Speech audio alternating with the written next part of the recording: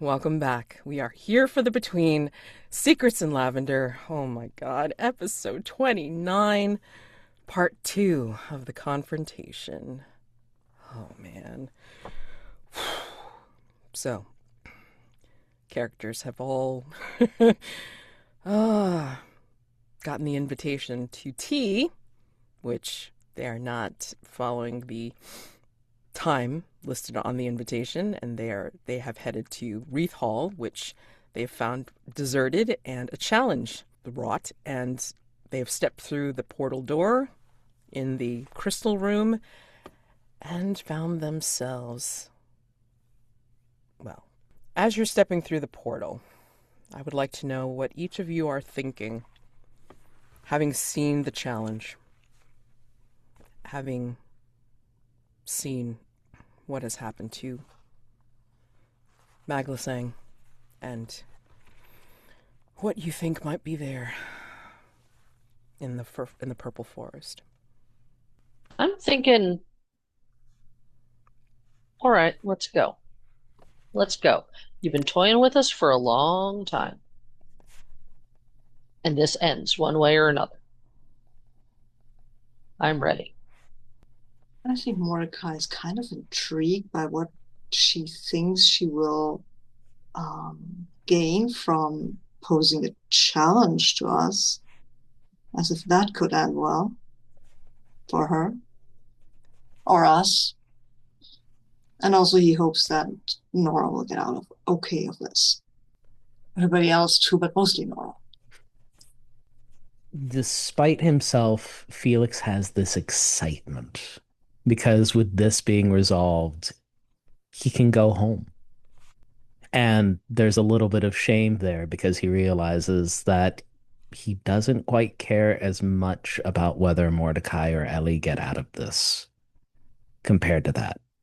And he's uncomfortable with the fact that he feels shame at that. When did he start caring for these mortals? When indeed. Goodness. All right.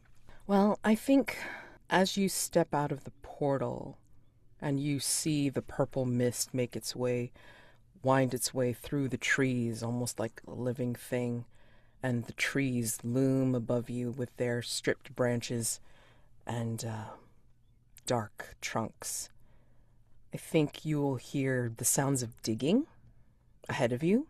Can't quite see what it is just yet, but you can just make out flower beds. You can make out like bushes and brush, and you can make out a figure like kind of leaning down in the dirt and doing some gardening.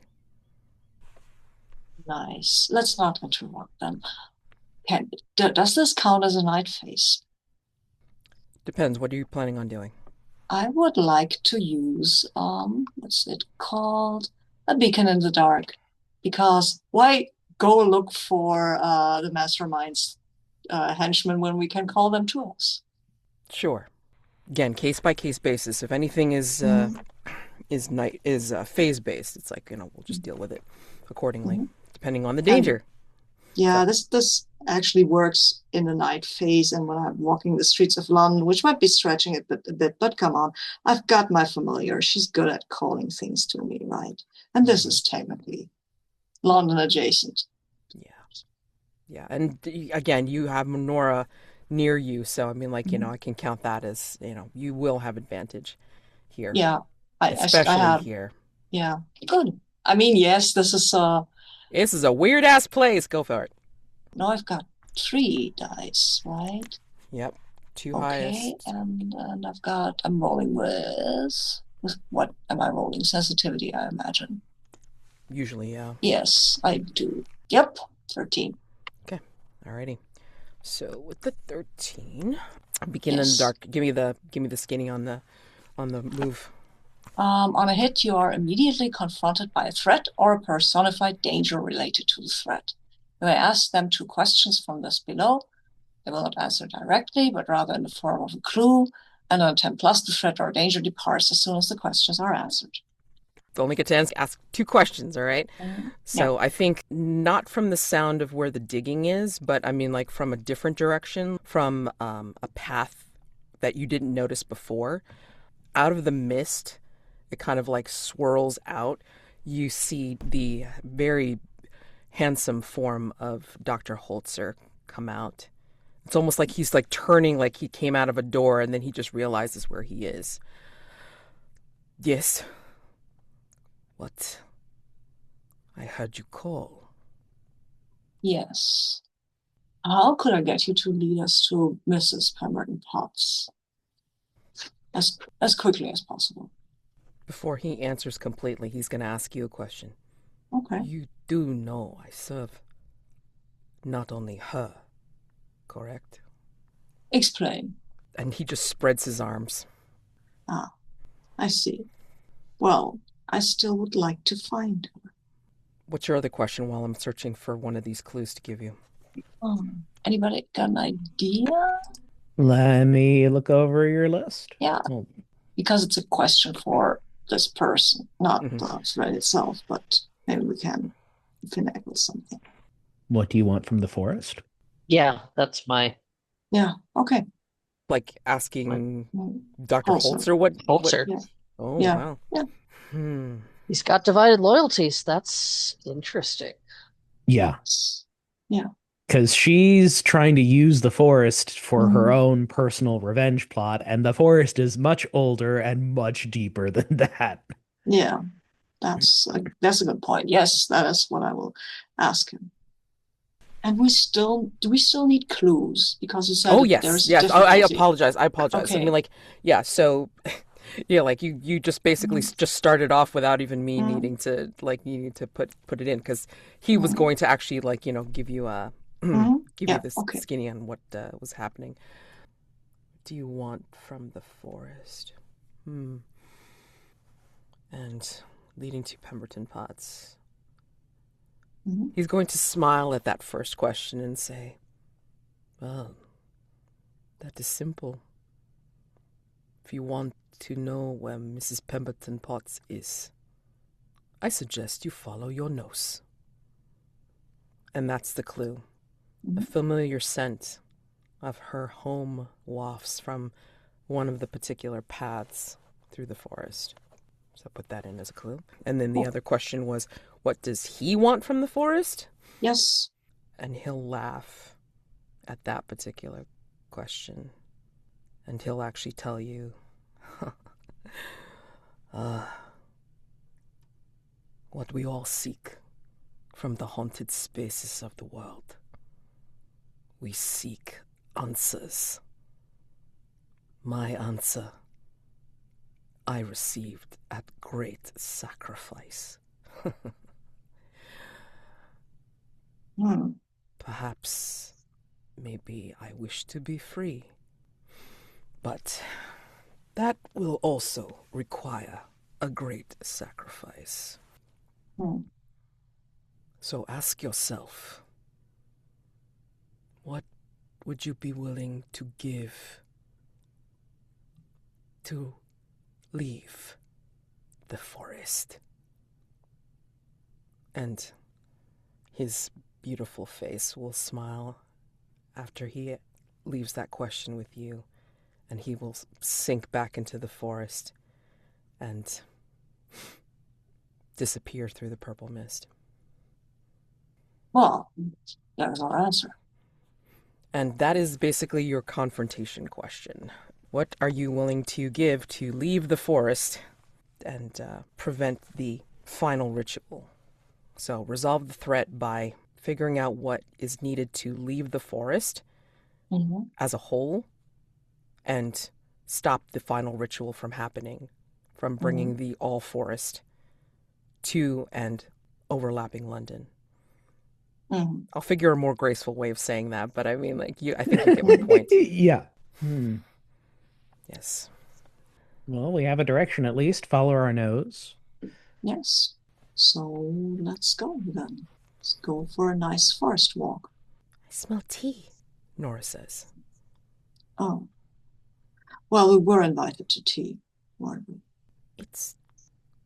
We've been to tea there before too, so No.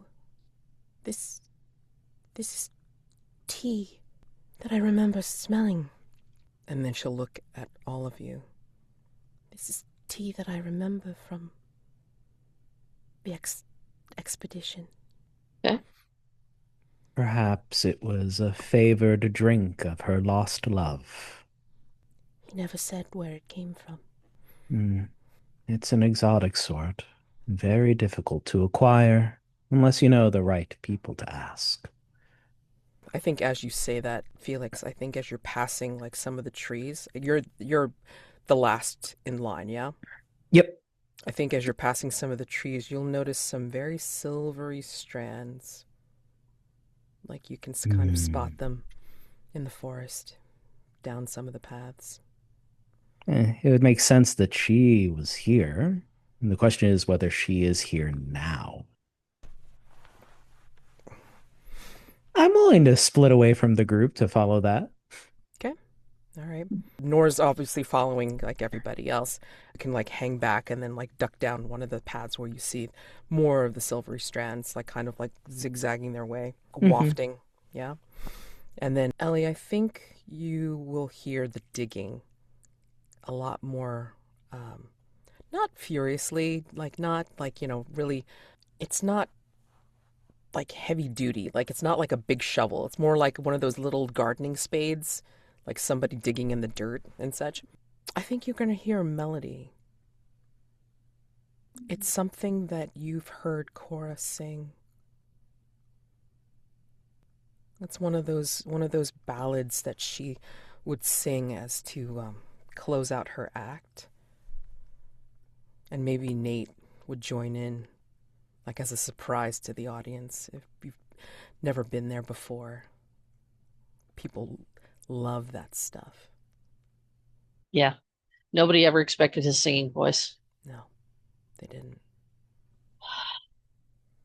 Knowing it's probably a very bad idea. I gotta take it.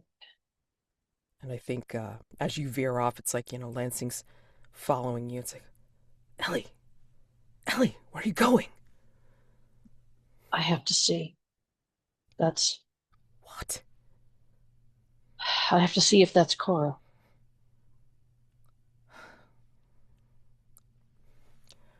I'm going to go with you. And Mordecai, I think as you're going through and, maybe you see like Ellie like veer off with Lansing as you decide to go forward and follow your nose because it's definitely going in a different direction.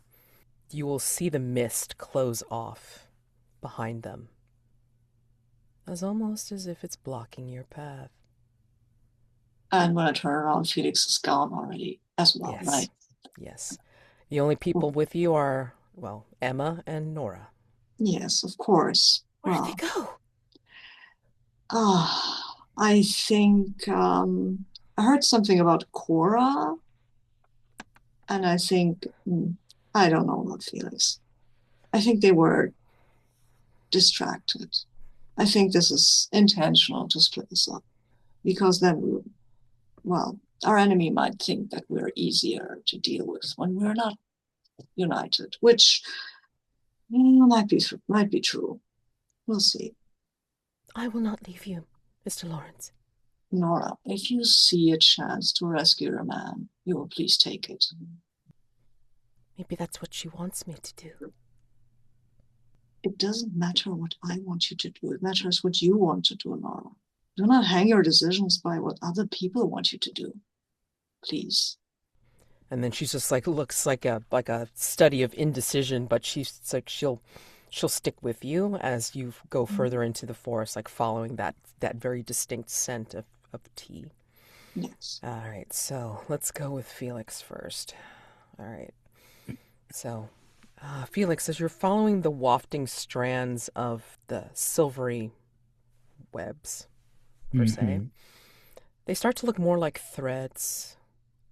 And you'll start to notice that the threads start turning into scraps of cloth, and the scraps of cloth start turning into pieces from fabric.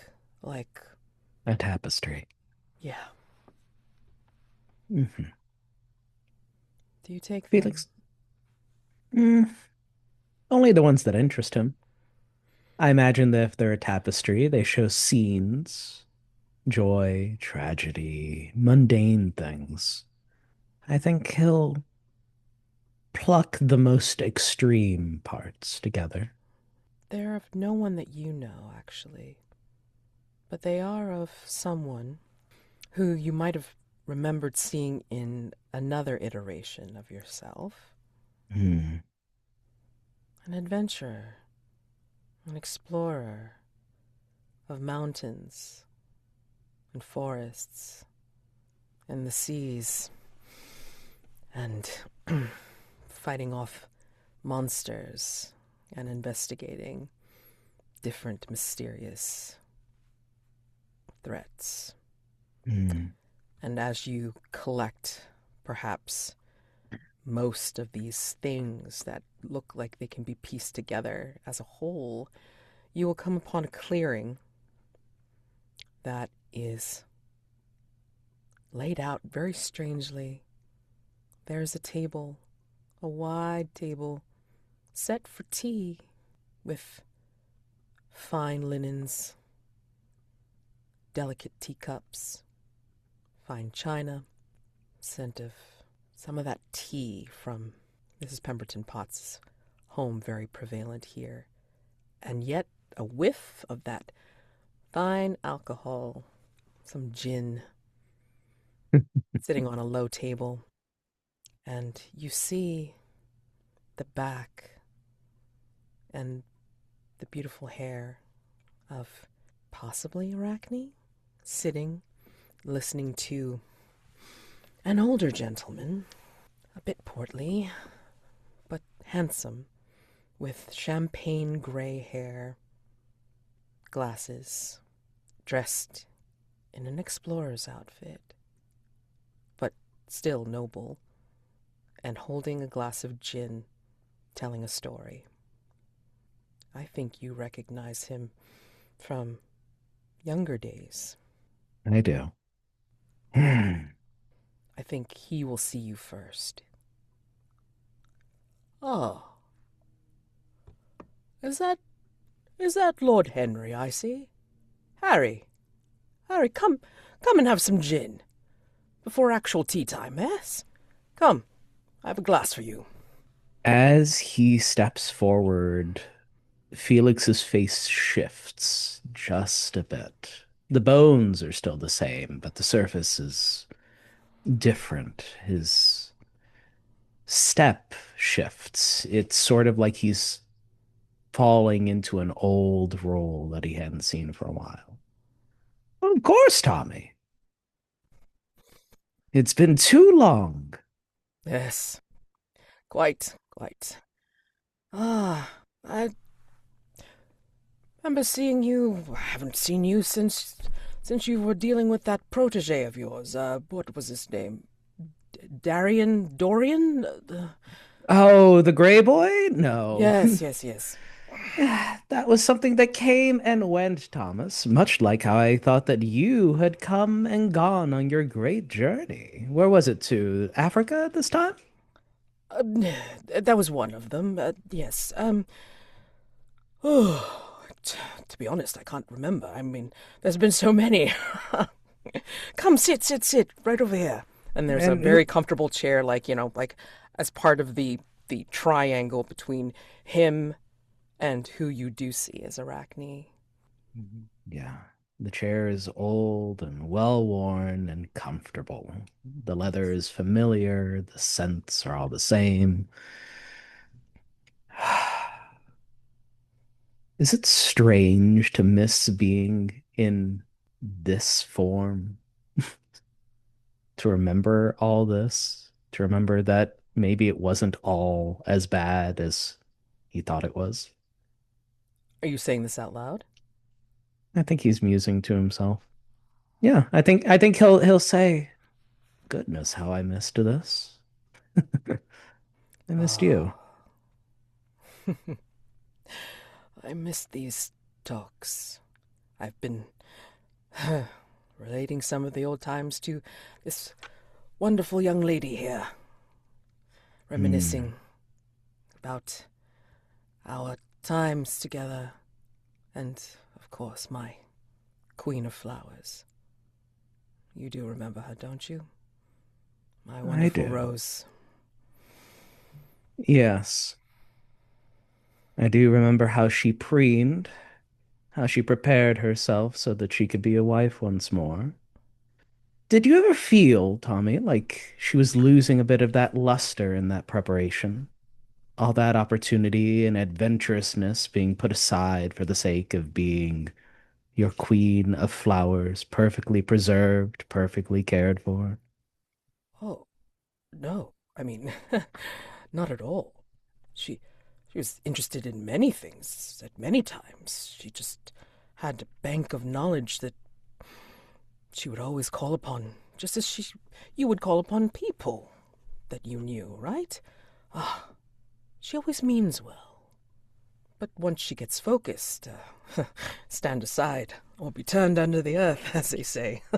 For everyone but you, Tommy. Did you never notice that? Did you ever see how you became her beacon, her focus? Our friend here could tell you what it's like to be so blindly focused on something, to forego everything, and the cost of that. Sometimes I wonder. And we're going to cut over to let's cut over to Ellie as you decide, Felix, how you'd like to continue with Sir Thomas Shearer Cole. Ellie, when you come closer to the sound of digging, you're going to see looks like a medium-sized woman. She's wearing like Victorian dress, but of an earlier style, perhaps, of like, than current. And she's got like an apron, like, so she doesn't get dirt grubbed all over it. And she's got her hair like up in a very messy bun. And when she hears your step, she'll kind of like turn over her shoulder. She's like wearing glasses. It's like, oh, hello. Just wait a moment. Hold on. Just wait. And then she's kind of like doing something in the dirt. And she continues with that song that she's singing. Lovely song. And you hear answering her is a male voice with the song. It sounds gravelly, and you hear the woman like join in for the final chorus. And the camera sees her reach out a hand, and a dirt-clad hand reach out to take it. All done. And then as she rises, someone will rise behind her. Red hair's Taking a step back because I can't help it. Red hair's all the same. Mustache, beard, same. Facial features all the same. He's been dressed in a fine suit. The only thing that is discernibly different is the bloom of dark crimson red roses at his heart. Hello, Ellie. I think I'd see you again. Yeah, I'm back. Got another chance, I guess. Good. I don't hear the growling anymore. Good thing. Good. And the little woman next to him will actually hold out her dirt grubbed hand and say, "Madeline Merriweather, how are you?" Nice to meet you. "Pleased to meet you too." I'll shake her hand. And she'll reach out I to know Lansing. this is horribly off, but and she'll shake Lansing's hand as well. And he's glancing like, over to see how he's taken this. He's completely like, what the fuck? Like the expression on his face, he can't say anything. Yeah. No. And Nate's answering his look with, "Yeah, I was dead. Now I'm back. And maybe it's because I still do have unfinished business." he's going to actually put his hands behind his back and look at Lansing very seriously and say, "What are you going to do about it, lawman, knowing that you're with a murderer? I know I've done some shit, but what are you going to do about it? I need to bring her to justice. How about you?" And Madeline's going to step back and say, "Oh, I seem to have been in a bit of a kerfuffle. Let me go back to my garden here. I'll let you get on with your business." Looking over to see how Lansing's taking this. "Who did she murder? Perhaps you don't have any jurisdiction, but she murdered my wife back in the States." My curse murdered her. And it was me. It was my hands. I know. Believe me, I know. But it was not my choice. And then You know what it is to have a curse. You know that it drove you to do things that you wouldn't have done. You know you weren't in control in those times. Just depends on whether you're going to hear and listen to the growling. We all have something inside us that wants it. You can't tell me that you didn't want some of that inside. There's a vitality to it. There's a simplicity to it. Yeah, sure. But I never wanted to hurt. I never wanted to hurt anybody, and definitely not Cora. If I'd thought that was even a remote possibility, you know I wouldn't have come back. I demand justice. From my own hand, or from you, lawman.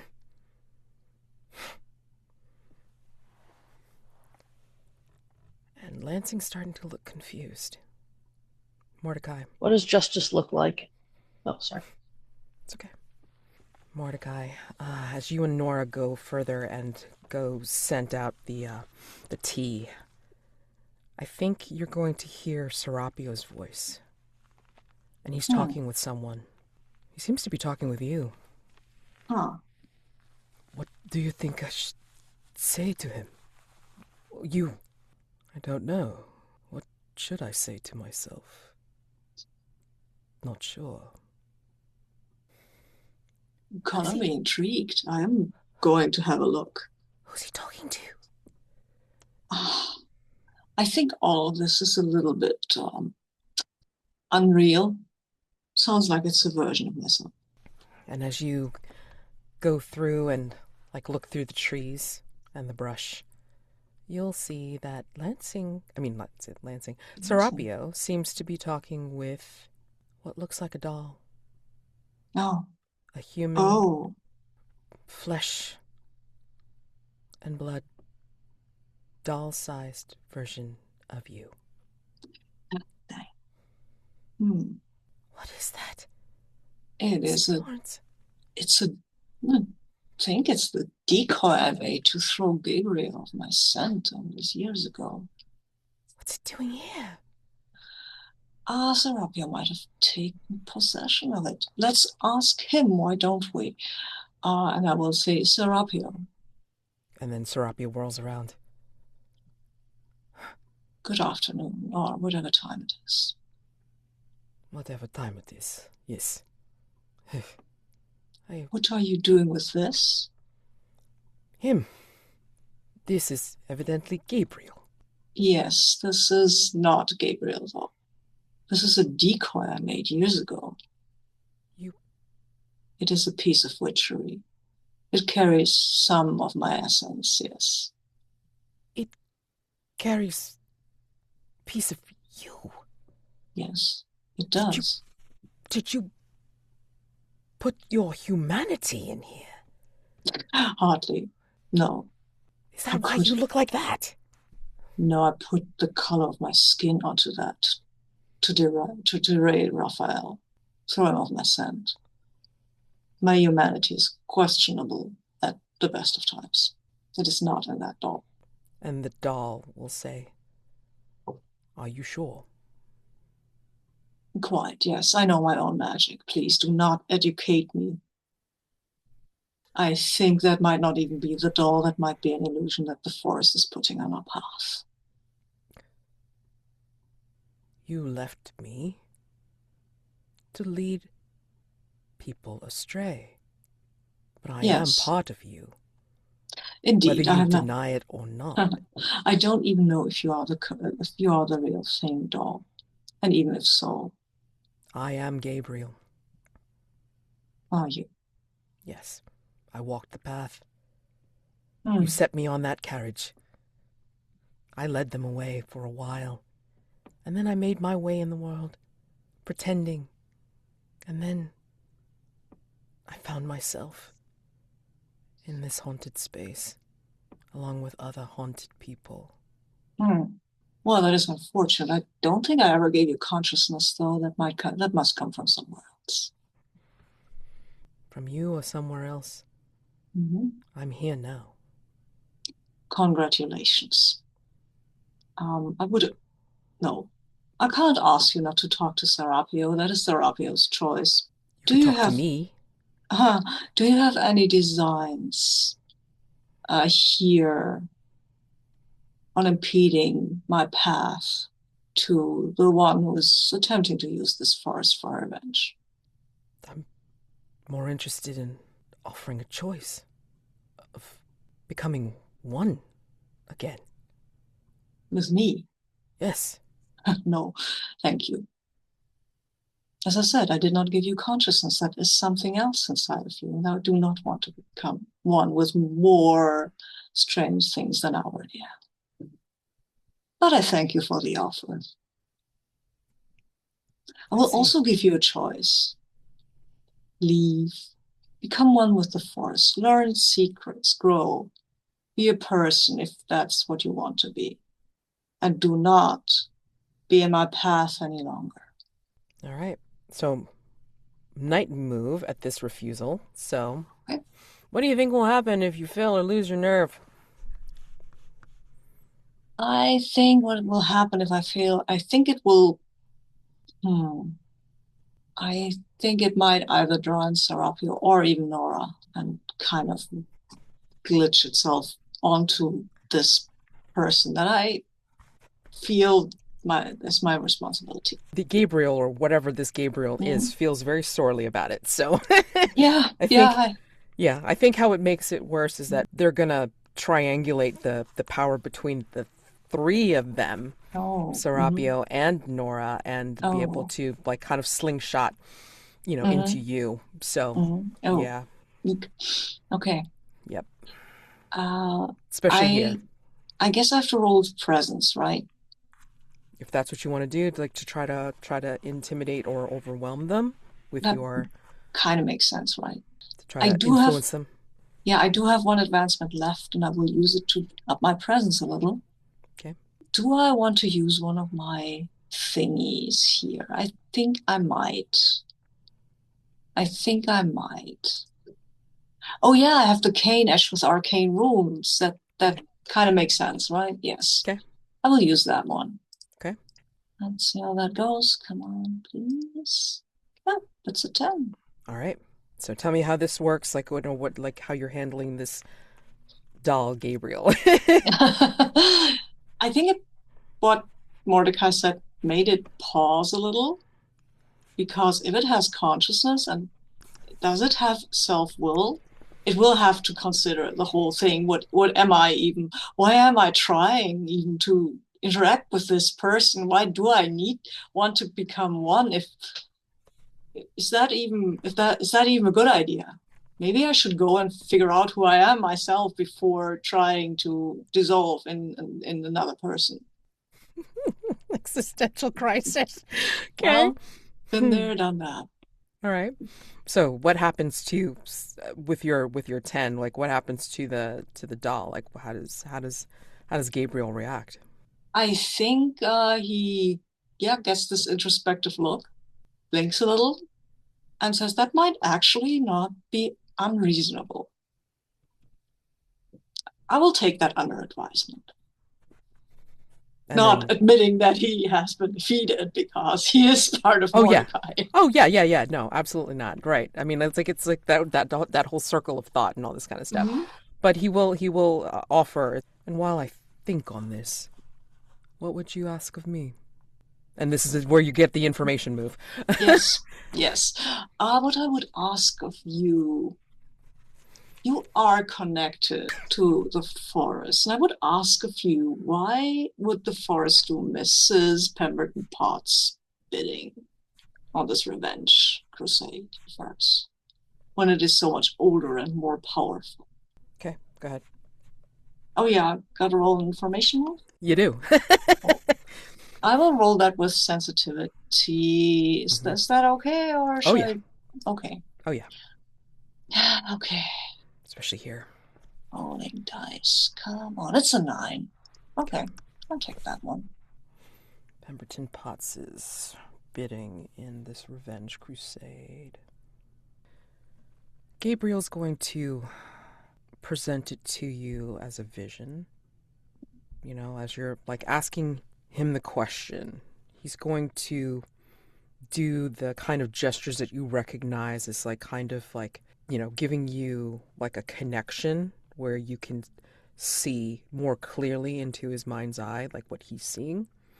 And he gives you the image of, and this is the clue, a single lavender plant amid tansies, rhododendrons, hellebore, and begonias.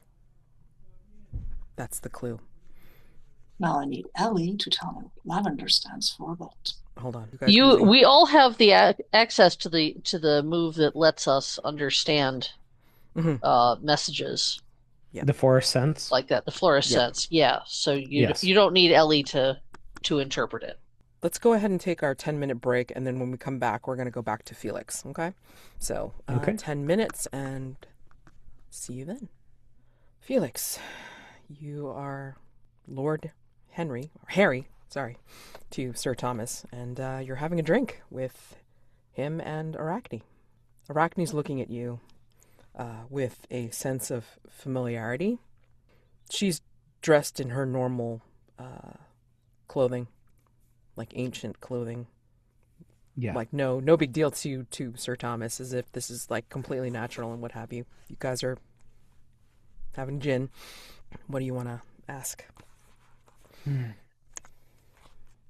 What are you hoping to see here, Arachne? You've been collecting stories and the like.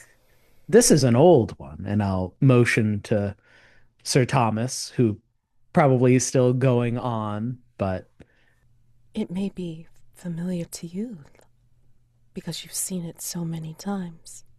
But for me, maybe it's something that I want to keep and immortalize for the ages, so people will remember. I was told that I needed to take responsibility when I was sent here. You know as well as I my part in this drama. And seeing him here, Felix will stand up slowly, hand grasping. And I find that lovingly knitted shawl in my hand, and it winds so easily. Sending him off to the forest wasn't enough, so maybe taking matters into my own hands would be enough. To take responsibility. And I'll turn. And then you could immortalize it. Let everyone know that they wouldn't dare cross Karis and his desires and his wants. I have my favorites, and people should bow to me and the opportunities that I so graciously grant them. I could immortalize that for you, my lord. Is that how you want to be remembered? Is that your responsibility? Responsibility. I give gifts. That's what I do. And what people do with those gifts is beyond me. And they should accept them when I give them. They should be grateful that I give them. But even being grateful is, to you, an obligation. What if you gave a gift and expected nothing? Not even graciousness, not even thanks. You did it because you wanted to, and not for the acknowledgement or the validation. There's just a part of Felix that screams at that idea. He is a god. People should be groveling, offering everything to him. And then he looks at Arachne. Past all of the pride and anguish and everything else between them. And I think he's going to turn to Sir Thomas and say, would you help me fix this?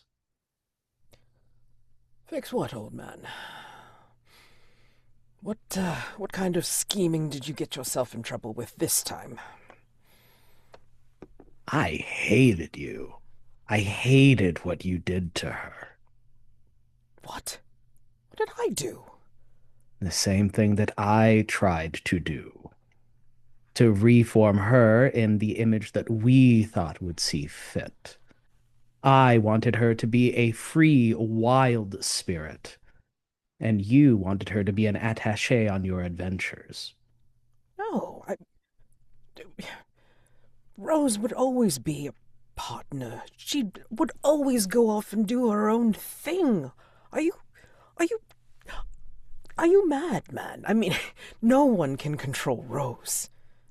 Again, if you stand in her way, she would rather turn the earth on you. Would you give her what she wanted? Of course. Even if it meant the loss of everything else? I would give her the world. If it meant that she would stay with me. But I don't know if she would accept that much. No. Look around you, Thomas. Where are we? We're in... I thought we were at the RAC. Comfortably in the study. Where is this place? It is where I had you sent to get you out of the way. I don't understand. What you need to understand is that Rose needs you now more than ever. She's off on her own expedition, of course. Who's flitting about that one? And you need to bring her back now, old chap. If only I knew where she was. I mean, Felix will extend a hand. Simply follow me, and we'll find her together. sounds good. And then he'll take a swig of his gin, finish off the shot, and clink his glass on the table.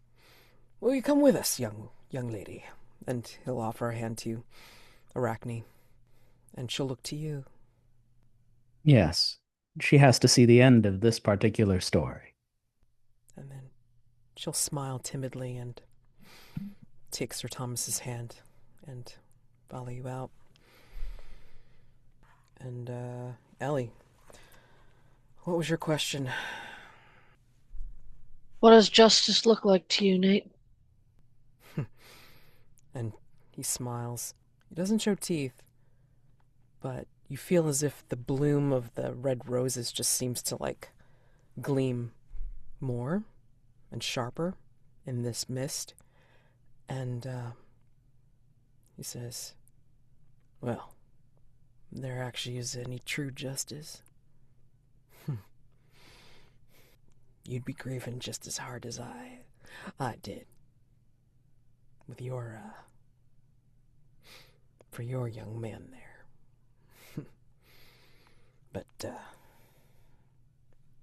I won't be doing that. maybe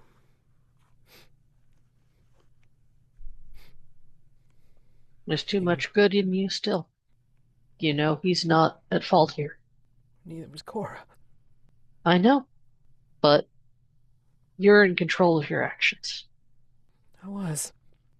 That's why I chose to go feral. Because I wanted to meet you where you were. Wanted to meet you where the wild things were. I loved you too. I loved you. I love you. And Lansing is looking real stricken at this point. Yeah. Oh yeah. And Nate's just looking at you and just saying, if you had turned, I wanted to be there and turn with you. If we killed each other, we killed each other. But if we could have been together, then we could have been out in the wild. And then Lansing's behind you and saying, Ellie, don't listen to him. Don't. Nate, I got things to do. There's too many more people who are going to be hurt if I let myself get swept up in personal. You criticized me for running, and you were right to. And if I take this, if I go with you now, either way, to the wild or to death, then I'm running from the things I need to do. You could run wild and free. You don't have to worry about any of this anymore. Free to be you. Damn it all. I know that's what you would have wanted. I know that's what she would have wanted. Yeah, it is. But I'm not the same person now. Maybe I'll think about it again when this is all done. When the forest isn't coming for everybody. There's forest everywhere, love. And the forest's coming for everyone, lovely. Can't avoid it. That's why it's probably best to be free now. But you do you, right? You always done. And if you rest now, we'll be with Cora. And then he'll look down at the roses blooming at his chest. I don't think this forest is done with me yet. I don't think my Afraid of that. business is not finished yet. Yeah. And Madeline will speak from the side. No, Hargrave House's business is never done. I remember how it's like. You should go. So, yeah. You gonna let me go do what I need to do, Nate? I guess. But I want you to think on it. What's more just? I'm thinking a lot about the nature of justice. I haven't reached any conclusions yet. That's a question. But I know that letting an entire city, maybe an entire kingdom, empire, world get eaten by this forest, that's not justice.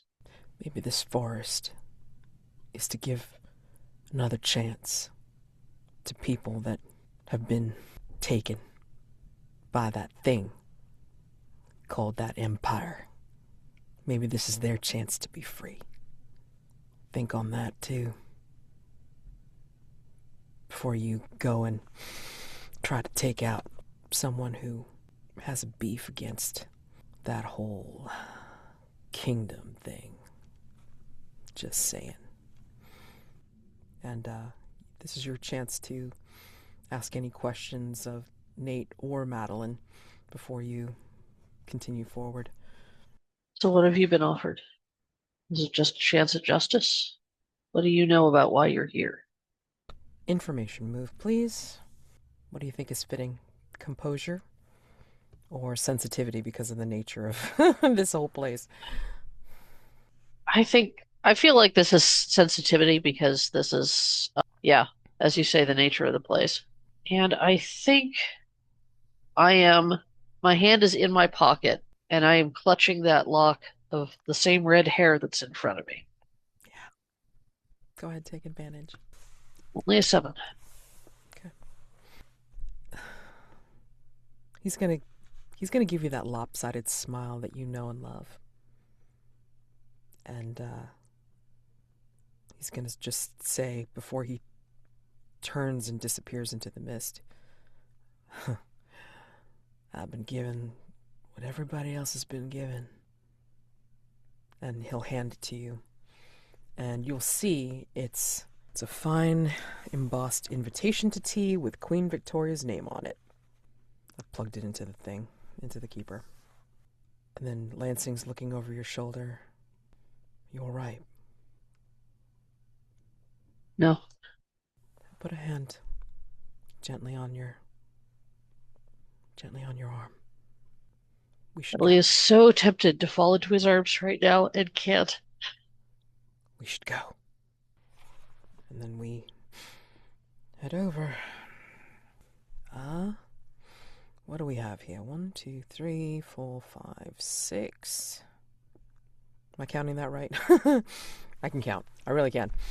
And the question, again, is complexity 6. What offerings are needed to be able to leave the forest, resolve the threat by disrupting Mrs. Pemberton-Potts' final ritual, and thwarting her plan to bring the All-Forest to subsume London? We can try to squeeze in another round of trying to get some more clues, or you guys can try to answer the confrontation question now. What do you want to do? That ain't much good. That's rolling at a +0 impact, Mads. I know. I'm mean, offering. You know us, Mads. We want more pluses. Okay, And well. Clues. Yeah, I gotta Yeah. actually do an information move with Sir Thomas, Yeah. or Okay, at least all right. Go ahead. Yeah. Go ahead. All right. Okay.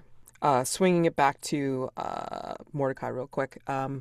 So, Mordecai, you have talked with the Gabriel doll who gave you the one clue. And, he's thinking on what you said, and he'll leave you alone for now, like as he's thinking about your... Yeah, Mordecai is looking after this and says to her, that might be a problem in the future. Maybe we just avoid this byway. Oh, we have avoided it for now. I'm talking about, well, your future, possibly. Just be careful with it. Ritual is in one of my books. You will find it there, that I used to create this. I don't know what gave it consciousness. I assume it's our lovely neighbor. Or the forest. Yes. Or the forest. Shall we continue? Yes. I hope we will find the others again. Well, yes. I hope so too. As you're going through, I think you're going to hear some moaning, and it's high up in a tree. Oh, yes, we were looking for that. Him. As you look up the tree line, you're going to see it's like the very worn and drained looking form of Maglasang, like, strung up in a tree by his arms. And his hair is hanging all in his face. And what parts of his skin that you can see look very gray. But he looks alive, because like he's moving his head, but he's just like kind of like half conscious. And Nora's like grasping at your arm. Maglasang! We should get him down from there. Yes. But how without injuring himself? I don't think I can climb this tree, Nora. Nor carry him. My physical strength is not great. Do you think you can do it? I can assist you from here, but... I think if I can get the branches to Oh, yes. Let him to lower. That is a good idea. So, if you want to do Rite of Salt and Smoke and then use it to assist Nora, then we'll see how this looks. Let's do that. Rite of Salt and Smoke. Sensitivity. Oh, this is going to hurt. I've used the cane already. And I don't think I want to use the boutonniere. No, I think I will do it just straight. I still got some stuff left. Whoa, it's an 8. What's the mixed result? I think you have to pick an effect and a complication. You are right. You are right. I mean, the effect is do one thing that is beyond human limitations, I think. In this case, like trying to get the tree to obey whatever Nora is telling it to, or to respect Nora, because I want her to do this. Yeah. And the I think magic draws immediate unwanted attention. Sounds fun. Yeah. Okay. So you're able to get him down because you'll see that Nora is making some passes that you recognize from when she was working with Nim to barricade the house. And what it's doing is allowing the branches that are entrapping Maglasang to kind of stretch and lower and gently bring him down to the ground. And you'll notice, like, as he's being lowered to the ground, I mean, his arms are now exposed, where his arms had always been, like, covered over by his sleeves before. But now you see that where there was the hint of the tattoos, you can see that there are actually branches growing out of his forearms. Oh. And he's weakly clutching at himself as Nora is, like, kind of encircling him and, like, cradling him. And as you see this, and, like, even Emma's, like, going up and, like, licking his face and such, there's going to be a crack nearby, and Laurel Walton will step out into the clearing and say,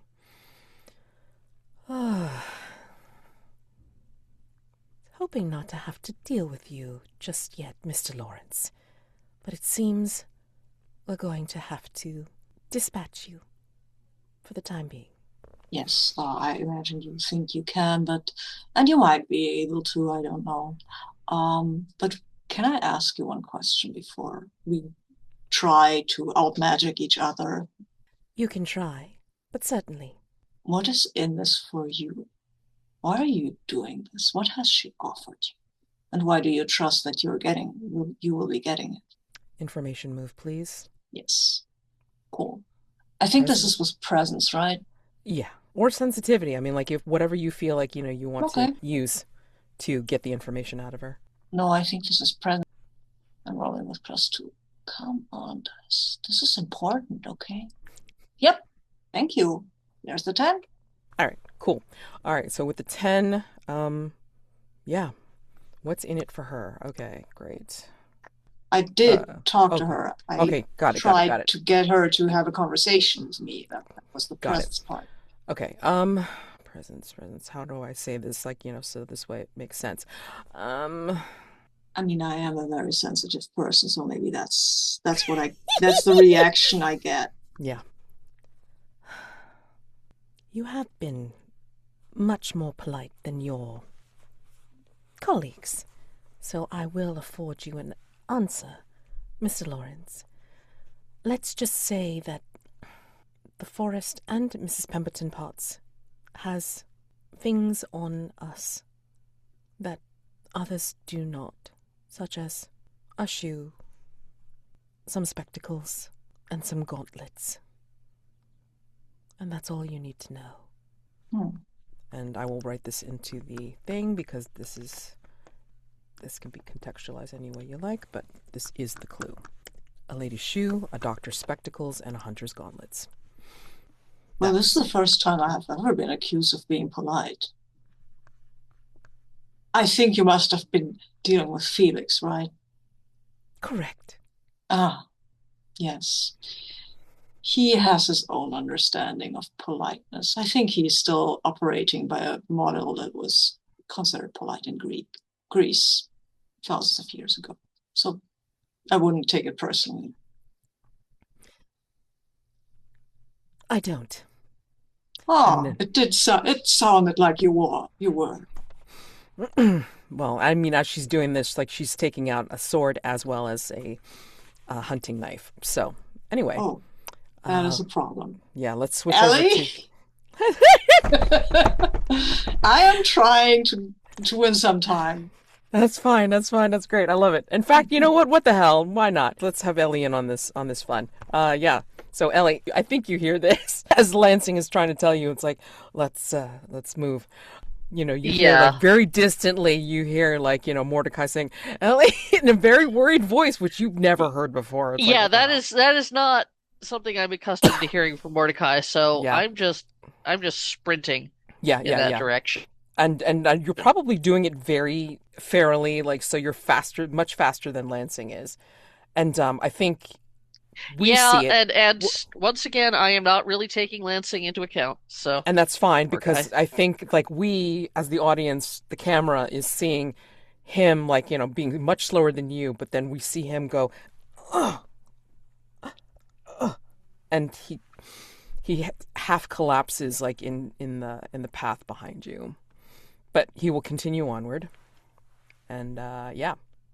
So I think you burst into the clearing, like just behind and to the left of Laurel, and you see this. Like she's got the hunting knife out along with the sword, and she's going to advance upon Mordecai. But like Nora's like down on the ground. She's just cradling a very worn but alive Maglasang. That's the tableau, you see. What do you want to do? Okay. Oh, wonderful. She's Another a challenge. servant of the Mastermind. Can't kill him yet. Yeah, so you know. No, but I'm gonna tackle her. Just cannon into her at full tilt running speed. Yeah, yes. Night move. What do you think will happen if you fail or lose your nerve? Mordecai's gonna get badly hurt, I think, if I screw this up. Yeah.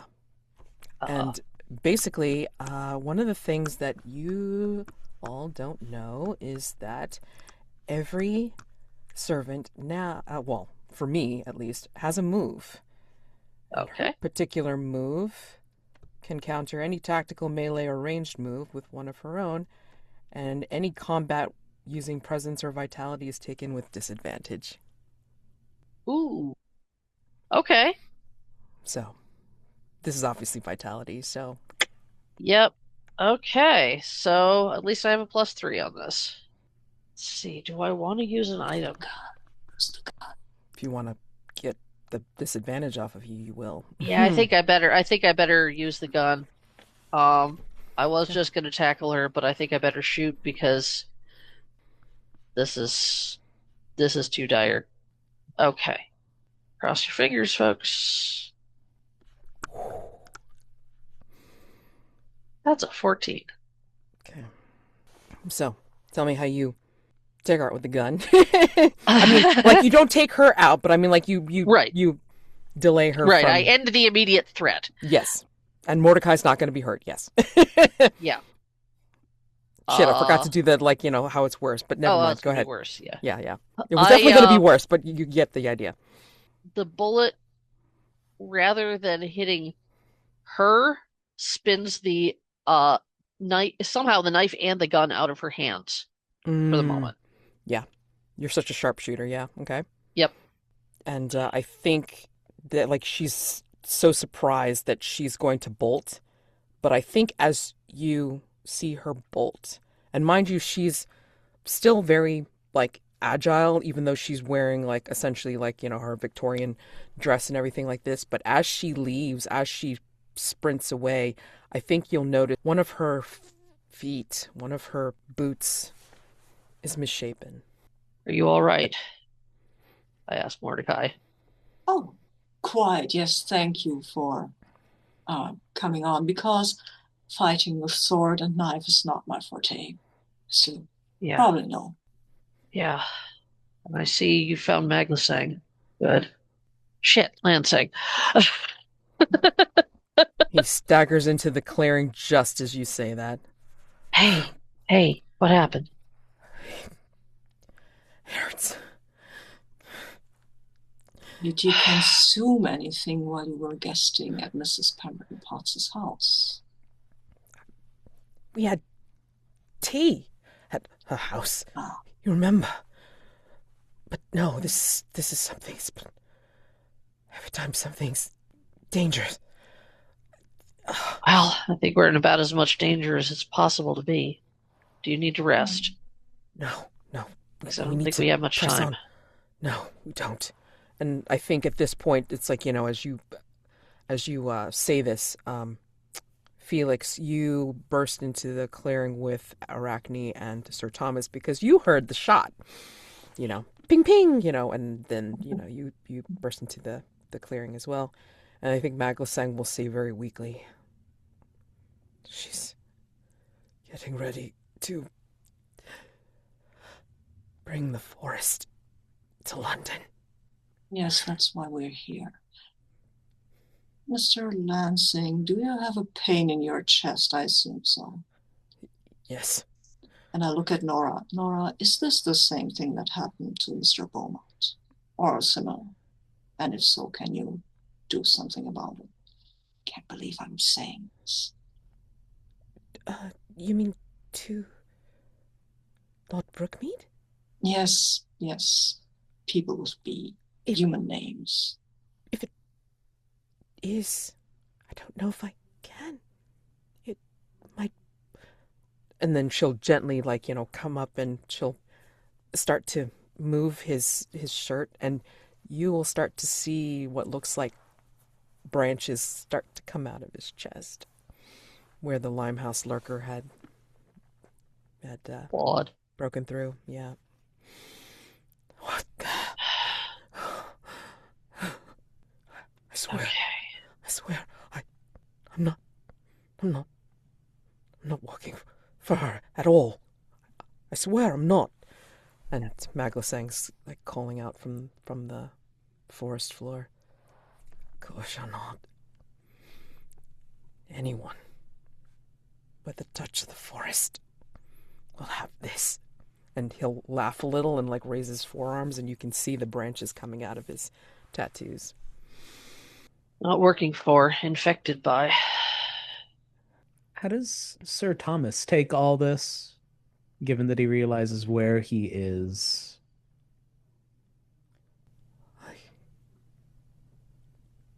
I remember. I was sent here. Victoria sent me here. Yes. I was to be married. Yes. She sent me here. And my friends left me.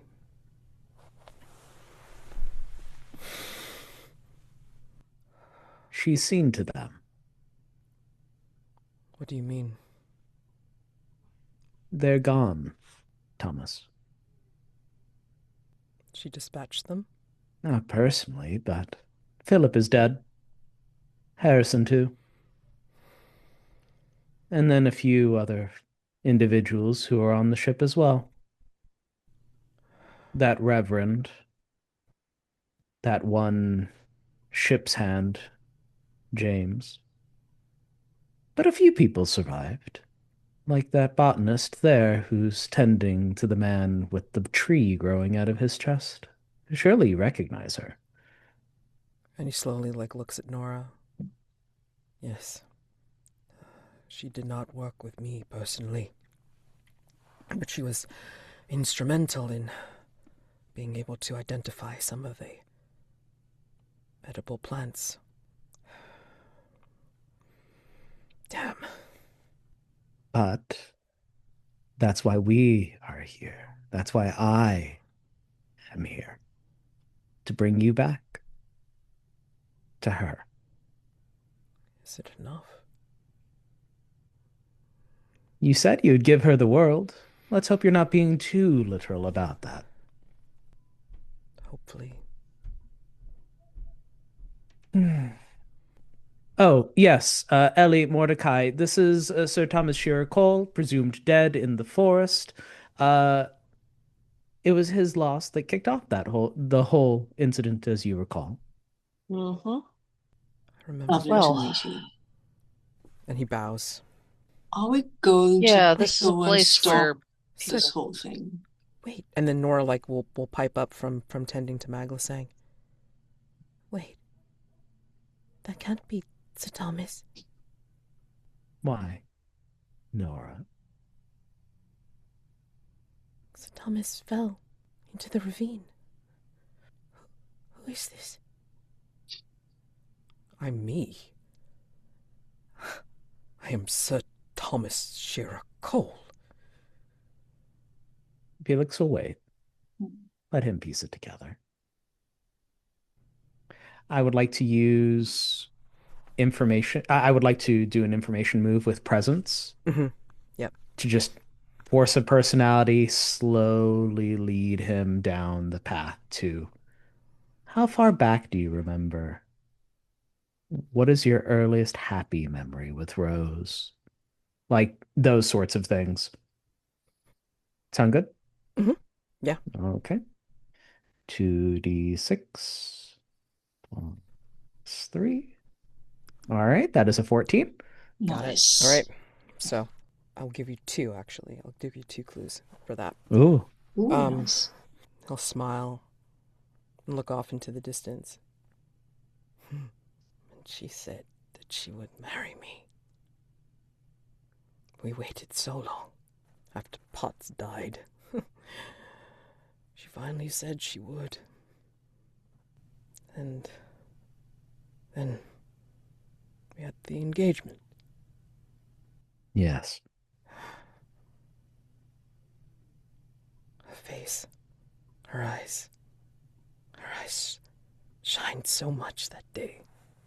It was absolutely beautiful. Yes. I remember writing about it even. And inside of his jacket pocket, he'll take out his journal, and he'll kind of shift through it. And towards the end, he'll just kind of run his hand down the notes. And her eyes shined like stars. And you'll notice that the journal, the end of it, where possibly the expedition's notes were, Our very first mastermind clue, yeah. those notes are torn out from his journal. Yeah. So that is the first clue. So Sir Thomas Shearer Cole's journal with the last expedition's notes torn out. And then next clue. Wait. Harry, Yes. why didn't you come on the expedition? I was too busy. There were other things to attend to.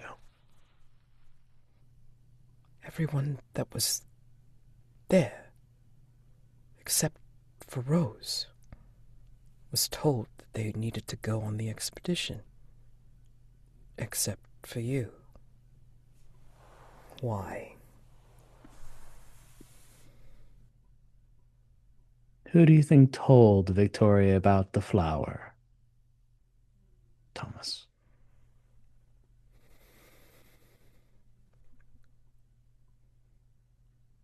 Why? Because this whole I thing is hated your fault. in another life. Yes, this is not as surprising as I thought it would be. Were you not listening, Thomas?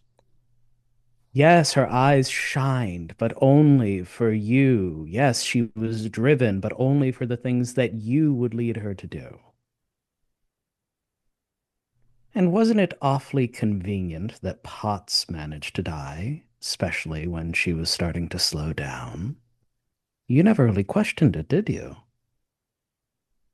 That was you. No.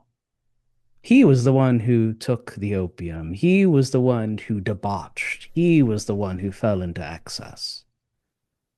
And if we were to investigate who led him to that, I think we all know what we would discover, right? Any Harry. number of poor influences. Harry is very well known in circles to have influence on people. That's why I mentioned Dorian.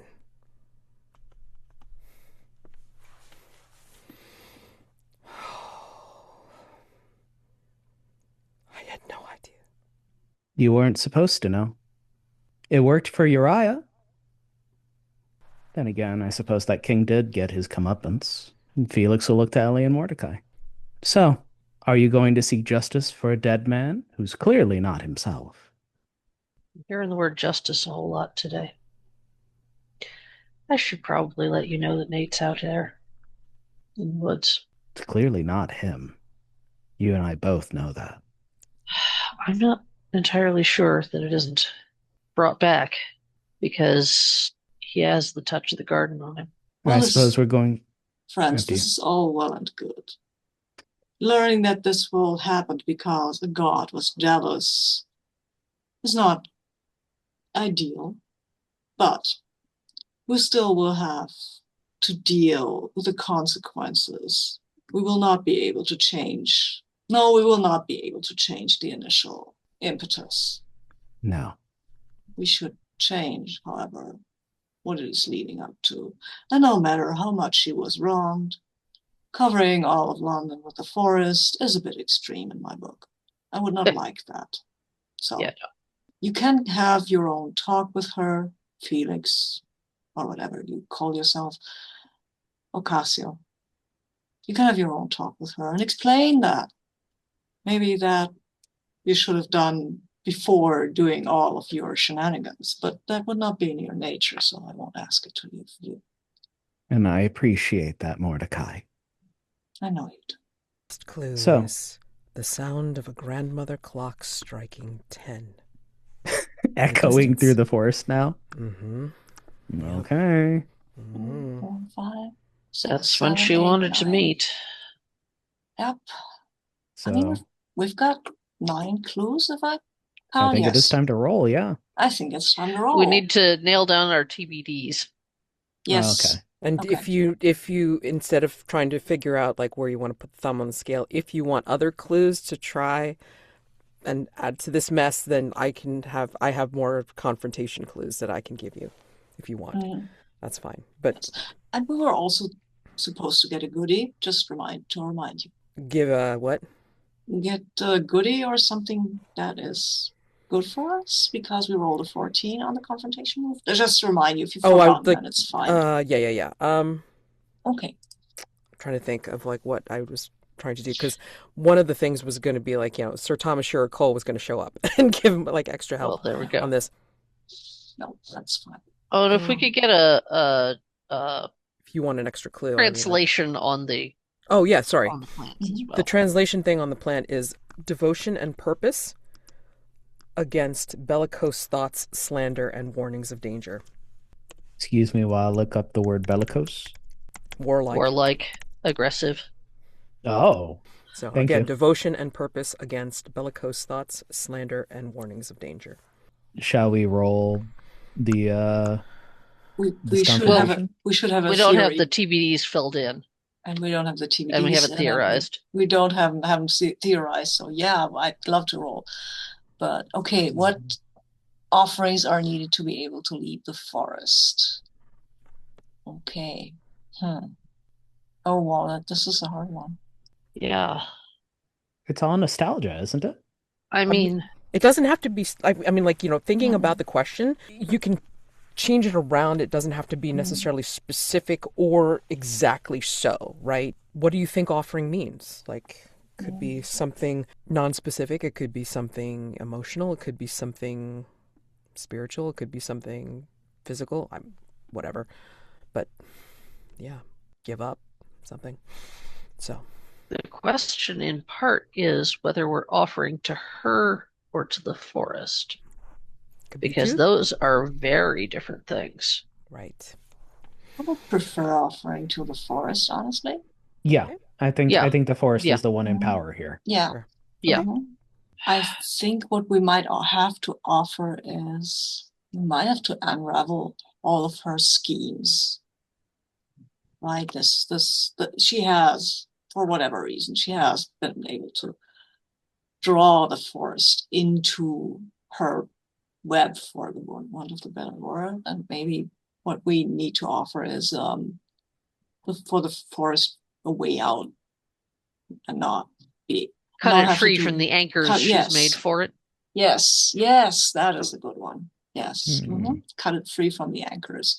And that would also go for the three orts who are also entangled with the shoe, the Yeah. spectacles, and the gauntlets. Well, that's not Right. makes sense, right? Hunter's Yeah, gauntlets. the branches in Maglasang's hands, Yeah. Laurel's misshapen foot, and Yeah. I don't really want to see Dr. Holtz's Holzer's eye. eyes at this point. Oh no, poor guy. Okay, so we need to, and I think the lavender plant might be what she uses to focus the whole thing. We haven't seen any lavender plants, but it suggests that that she uses that devotion and Yeah. purpose against bellicose thoughts, which would be our thoughts. We would have And bellicose the thoughts. rest Would of it, be. I just didn't write it all down. Typing too Mhm. slowly.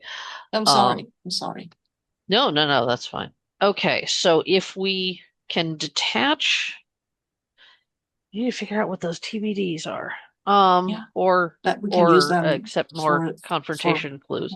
Let's come up with a theory, and then we could do the Mhm. TBDs Mhm. afterwards to confirm it. So, Right. when Okay. you have an idea? I'm thinking that the grandmother clock and the smell of tea from her home, or the smell of her home, anchoring everything to Wreath Hall as the focal point from Mhm. which will become the new heart of the forest. Yeah. Okay. Yes, I think maybe the clue to get us to what we need to do here, to unravel the whole thing, is the missing expedition notes of Sir Thomas, because maybe if we can start to disentangle Sir Thomas's spirit from this, we might be able to unravel the whole more of the thing, right? Yeah, that makes sense. And I think the tea imitation just means because Queen Victoria is the symbol of England, basically, because she's the queen. Yeah. And that means that that's where the forest needs to go. It's also a clue that is leading the forest and binding the forest to England. Okay, so Right. how do we unravel this? We need to find other touchstones that the forest can latch onto, right? Something that will help it fight this thing that she's trying to get to do. The forest is an inherently wild thing. Yes. She's trying to, in essence, nail it in place. Yes. So it's what we're trying to give it is the freedom from those anchors. Yes. I'll give you a big clue. Oh. What does she have in her home that matches up with something that you saw in the history reveal? Something Yeah, having... she's got the quartz sphere. We need to do something with the quartz sphere. We may need to break it further. It's already damaged.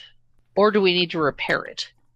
Nora's got the pendant that is the missing shard of it. Maybe we need to fix the heart. Yeah. That makes sense. I think you fix it. So Because should Nora's pendant be one of the TBDs? Yes, I think it's Ellie's and Mordecai's, right? Because that they have a. Yeah. Okay. I'll just override it. Nora's pendant. There we go. And we've also explained what we need to do with it. So yeah, there we go. Okay. So but that would mean getting back to Wreath Hall. maybe in a sense we're still in Wreath Hall. Yes, you're right. So we need to find the crystal. I bet that's Thwart. the heart. I mean, she told us to Yeah. meet her at the heart of the Yeah. forest. You're right. That's You're right. That's where we're going, Yes. anyway. Yes. Yes. Brilliant. And I Brilliant. have a thought Oh, on the wildness that will help the forest remember what it's meant to be. mhm. Okay. Maybe Nate's right. Maybe Ellie needs to go. Mhm. Nice. And I think to find it, I do still have the boutonniere, right? That she gave me. Yeah. So that could also be a clue, actually, that she gave me that, and that is the connection, right? Yeah. Could put it in mine and Felix's scene, right? Maybe came up there. All right. So I 9 think- clues, and so complexity 6. You're rolling with a +3. Who's rolling? Ooh. I can roll 1 die, but not 2. Ellie? Okay. Oh boy. Let's go. And there's a 1, and there's a 2. Wow, we have 6. Can we How? use a mask? You have to use masks. Okay. You're- Oh, Okay. everyone, each of us has to Yes, use a you have mask. to use a right? mask because there's no Okay. associated threat mask with this. There's no It's confrontation fine. mask. It's fine. We all get masks left. Somehow, yes.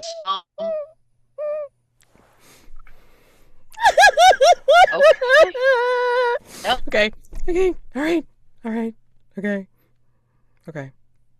Okay. Do we, if we get there, do we still have things to roll? Yes, kind of. Okay. Yeah. Yeah. Okay. So Then we'll- I yeah. will not use the blood cell portal just yet. So using the boutonniere, what was our hope with that? To lead us to her, Okay. because we don't know where the center is, right? Yeah. That was the thought, to use that. Which I like because it's like, again, like Yeah. reconnecting back to the Yeah. forest. Okay. I've marked my last mask. Almost last mask. Yeah. I got 1 left. I got the blood cell portal left. Okay, And the okay. gilded door, but I won't do that. Okay. I'm putting in the notes. Question. Is that accurate? Feel free to make adjustments. I was just recording it. No, I love it. You guys had a solid theory. I didn't want to mess with it. Yeah, so Yeah. notes are: the forest is seeking to grow, the keys to disrupting the rituals, Mhm. removing the anchors to London, whether Wreath Hall or in the assorted seeds planted in the city. By fixing the quartz sphere in the heart stolen from the forest, we give it clarity in where it can grow free. By using the boutonniere, we can find the heart of the forest where the quartz sphere resides. By unleashing the American's curse, the untamed wildness should remind the forest of its truest nature. Okay, I'm good. It was I'm always good. going here. I'm- It was I'm- always I'm- going I'm here. good. I'm good. It's fine. It's all good. Mask time? Yeah. So it's gonna be a little dangerous. Yeah. The way we're gonna make this exciting is essentially yeah, we have. I'm assuming that people are gonna pair off or do stuff, right? So Mordecai is going back with Nora to find the and Agla saying, helping them back to the heart of the forest and like think so. helping to reseal the Yeah. crystal That and makes sense, yes. protect each other to be basically seal the Yes. quartz back and heal it, which Madelancholy totally will be on board for, and Okay. he can help since his family does have ties to the forest, which he will tell you. Ellie, are you gonna tell Lansing what you're planning on doing, or what? I mean, like, how's this gonna look? Yeah, I think I'm gonna have to take him aside a bit. Mike was asking if we should do our masks now or save them for like wrap up or whatever. I mean, the only mask that I would imagine that would definitely make sense for today would be blood-soaked portal. but if you kind of keep them in reserve, because it's like, again, if people have to go, then I don't want to hold you up, for Okay. anything, So yeah, leave any masks that don't have to be done today for next time Okay. for the retrospective and review. Okay. So we have to mark a mass because we rolled poorly on the confrontation Correct. question. I mean, like, It's this still going to be confrontation question was complicated. a 6, because otherwise I'm just gonna have a reaction and everybody gonna die. I mean, that's just basically what's gonna happen. So it's just gonna be Okay. bad. Everybody's doing masks, yeah. I mean, Yes. okay. So we're bringing it up Yeah. to 7 to 9, and it's just gonna be a little more dangerous. Yeah, exactly. Otherwise, an NPC is gonna die too, and it's gonna be a bloodbath. Assuming people will live. Some people will live. Okay.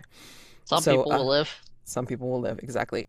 So we're going to definitely see like a scene of Mordecai taking Nora and Maglasang with Emma back to the crystal and trying to heal it and protecting each other to make sure that nobody's going to disturb them. But I'm going to say that Dr. Holzer is probably going to follow you and try to interfere with that, and I'll deal with that when it comes to that. Felix, where the hell are you going? And who are you taking with you? I'm taking Sir Thomas, and we're gonna go talk with the lady who's running the whole ritual. Okay. If nothing else, we can act as a distraction, and Mhm. it's entirely possible that Laurel is there, Yes. licking her wounds and Defending her ready to mistress. bloody my nose. Yeah. Absolutely. Defending her mistress. Okay. And then, Ellie, what are you doing with Lansing? I need to have a talk with this poor guy. Okay. So, do you want to have that talk first? Let's have that Yeah, I talk think first, so. because it's going to get Yeah. exciting afterwards. Yeah, Say that I right don't now. want to slow down the action for the talking Yeah. dead. Yeah. So, I think I understand now where this is all going. And I am so, so sorry. What are you planning on doing? I can't stay. I can't. Sooner or later, I'm going to rip your throat out. I know it. Sooner or later, I'm going to run wild in the streets, be a danger to a whole lot of people. But there is a place where being wild is right. And that's here. Nate was right.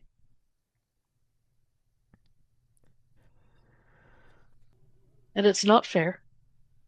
But I think there is no fair.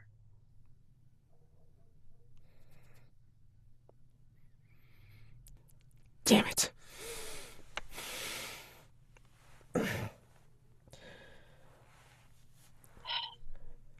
It's not right.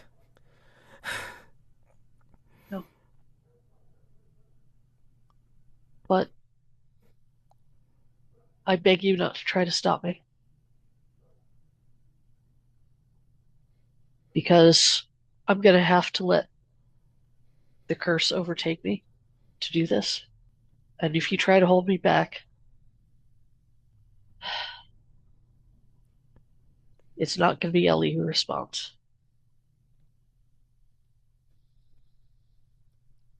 Should I go with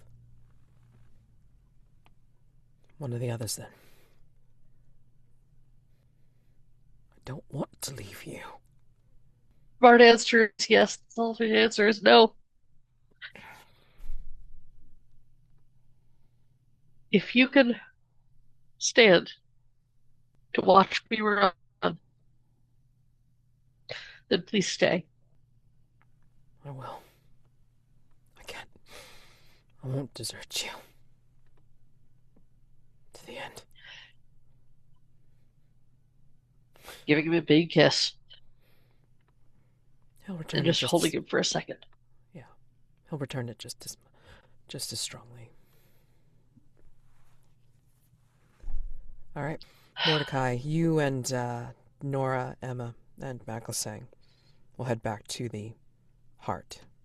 No I think problem. before Mordecai goes, he will give Ellie, once she's finished with her other things, give her a look like, okay, bye, something like that. Maybe not quite as like just good run or something. It's just this look that says, well, this is it, right? You are muted, Ellie. If you were talking to us. Dang it, at the moment of drama. It's That's been good happened working once. with you. Yes, it was. Thanks for that. Have a good run.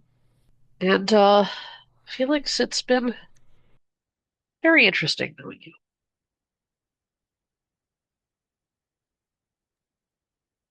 You're muted.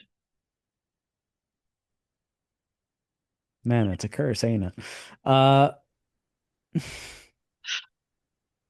I'm glad that you continue to shine brightly until the end. It is what makes you beautiful. Well, Felix, we'll see each other. Probably not in the near future, but we will. I'll probably look different. I may So forget will you for I. a time. So will I. I will not forget you. You'll have to remind me, maybe. I'll have my mind busy with other things, but I'll make the time. Thank you. You will. Yeah, and then Mordecai will go to the quartz to fix it. Yes, of course. So got to do that. Yeah. And So, go ahead. Felix will go follow his nose to wherever tea has been laid. Mm-hmm. Yep. Love it. When you go to the crystal, Mhm. right as you pass through the portal,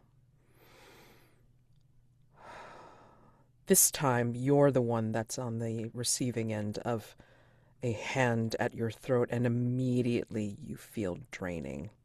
Oh. It's Dr. Holzer looking you in the face Oh. and saying, yours tastes so much differently than Turn and Madelancholy's. turn again.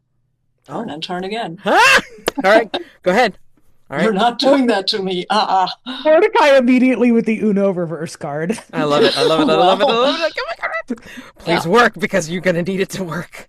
Yeah, I do. It's roll with sensitivity. And I mean, I do still have the boutonniere, and I just used it, so I can use it to get an advantage, right, for this roll. So long as you haven't used it mechanically. I haven't used it mechanically, no. Okay. I will use that because I want this to work. Because I need to fix I do need to roll to fix the crystal, right? I mean, like, we can just say that's narratively, whatever. No, because you have all the help. No, you have all the help with. I want to use the blood-soaked gate portal at some point in this, but it shouldn't be. It shouldn't be if it's. I want to use it when it's really the last roll for. Yeah. That's fine. Maybe I need to use it here. Who knows? Come on. Wait a minute. There is a 4 and a 2, 6, 9. I've got a 9. You know what? I mean, Madeline and Nora can fix the ports, right? It's fine. I'm using this. I'm bumping this up. I don't want to deal with the consequences. I mean, this is the consequence, but Okay. I need to go sooner or later, and that's as good a moment as any. And I really want to turn again this fucking thing. And what that does is the effect of the magic is the magic goes where you direct it. Mm-hmm. Yes, okay. And this is a draining magic, right? Mm-hmm. Yes. Yeah, I'll direct it through the portal. Just draw magic from there. It will probably won't do you any good. Oh no, I have the boutonniere and I used it. Drain Rose, come on. Use this.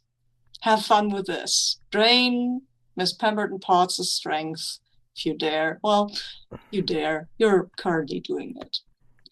Okay. But what also happens as I do this, and I think whatever the effect of that on him is, it's probably not great. And he probably won't, wait a minute. Let me think. Yeah, I also will suffer a magical backlash to twist the magical effect to do something slightly different. Though he can drain her, but he will also that will also turbocharge the force in him. Yeah, his move is specifically called the marrow of you, so he can transfer energy to himself from someone he touches. Yeah. So Oh, he touches. Okay. so he's trying to drain energy from you, but you're turn and turn again, so you're using. So, yeah, I want him to drain something he shouldn't be draining. Maybe he's touching the boutonniere. And I think that might still turbocharge the force in him to take him over. And by that, take him out. Because I don't need him to be around while Nora and Martin fix the Right. course thing. Right. Yeah, I think That's what I need to do. yeah, I think as he's doing this, I think it's like, no, I didn't mean no. And then like, as he's saying this and he starts to release you, but he's still sort of touching you because that turn and turn again is like kind of like gluing him a little bit to you and such.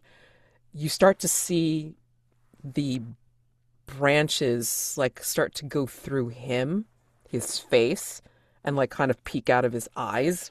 Yeah, I think he falls to the ground, and yeah, if you thought Brookmead looked bad, this is not a good thing. As he stumbles back, I'll say, "Did you really think that was a good idea, fool?"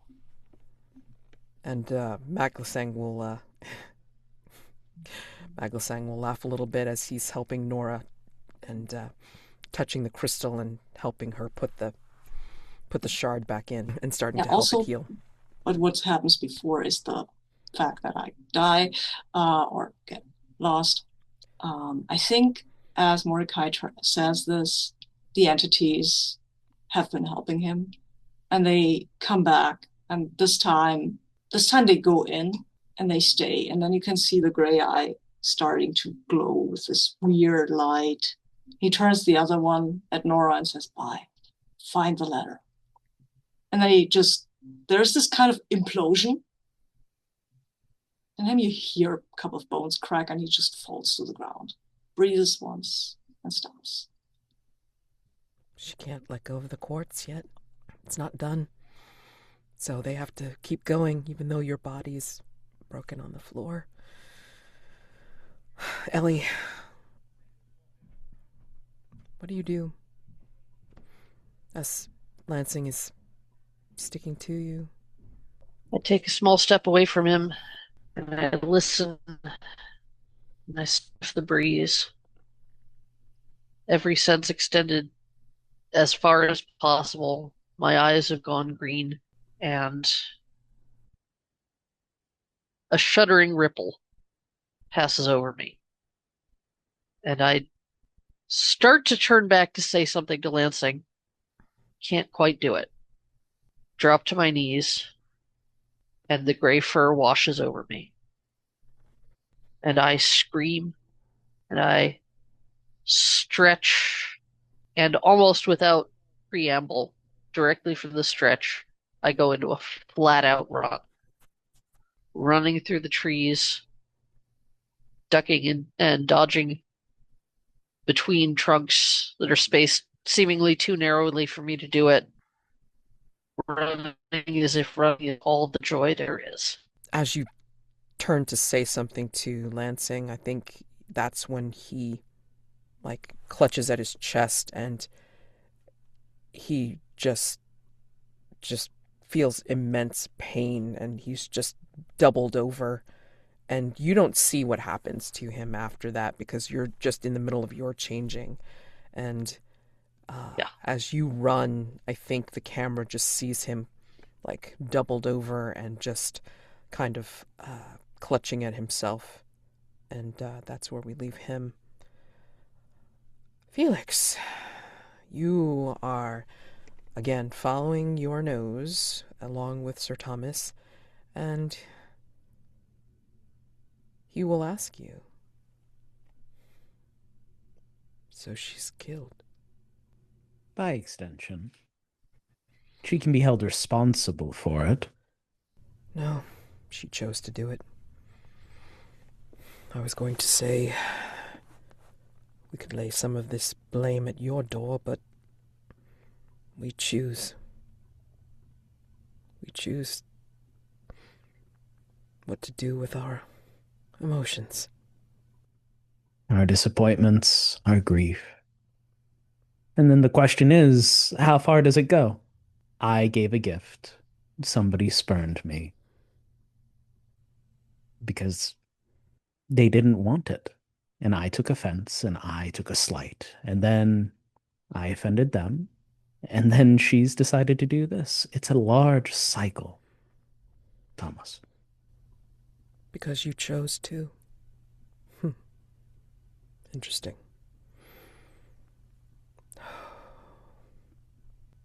Where our choices lead, there will always be consequence.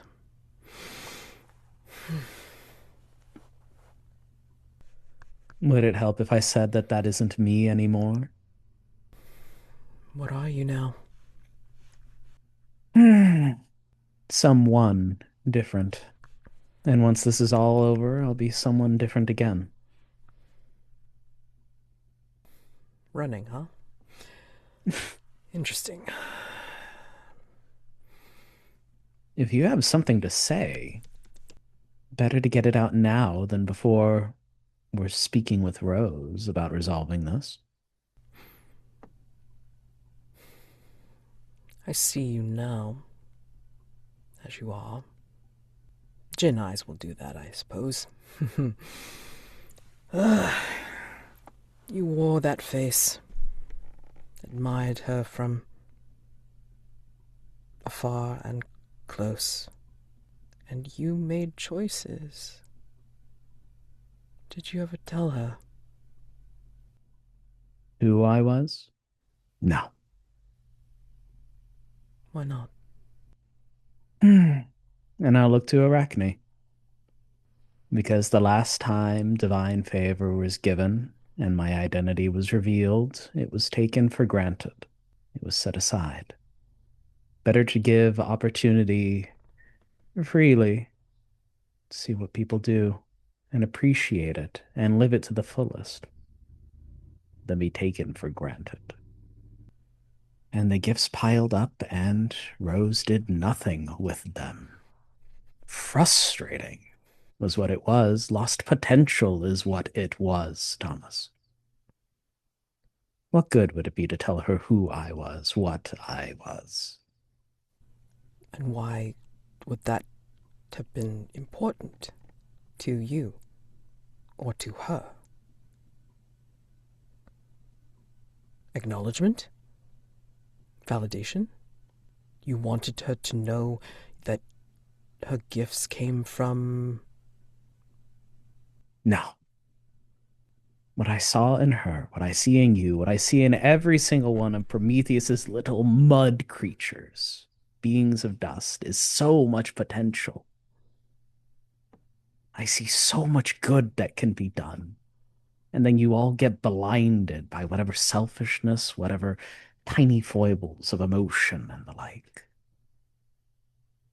I wanted her to just be all that she could be. And I'm sorry.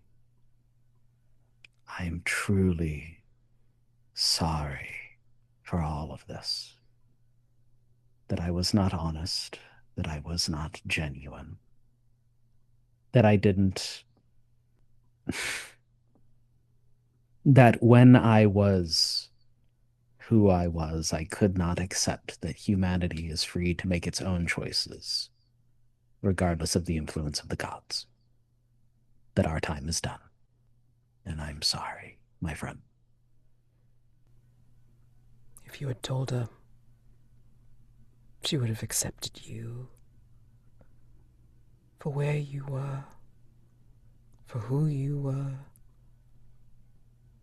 She liked you now, didn't she? She conversed with you just as much of a friend as she did when you were Harry. She did. Because she liked you. She valued you. Mm. It wasn't because you were a god. It wasn't because you gave her gifts. She valued you. See? And while you think you were spurned because she didn't accept what you gave, look at what she had accomplished. I don't think you appreciated her enough. And now, the world will be overrun. I wonder if I will live on as a spirit, or if I will pass on after I see what this has wrought. What good is wondering? Let us go then and find out, shall we? Yes. And I think you will both walk into the clearing, and you will see Rose. You will both see Rose in pastel purple, lavender, in a lighter dress that would be more suited to a garden party than what she would have been wearing all this time. Her hat is off. She's just wearing a scarf around her head now. And she greets you. Are you still in the Harry persona, or did you revert back to Felix? I think I'm back to Felix now. I acknowledge that who Harry was different. Mm-hmm. Ah, Mr. Ocasio. And...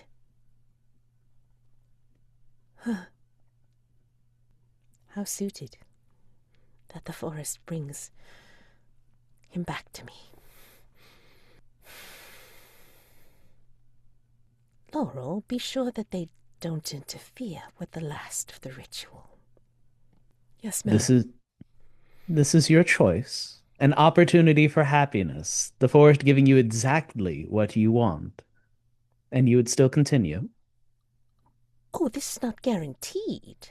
I'm certain. He can be a mere shade at this point. The forest needs to be guaranteed of its dominion. As Victoria had taken away my love, I shall take away one of hers. She would think to expand her empire? Well, I will let what I am service to take over hers. Quite easy, actually. Wow. You could join me, you know.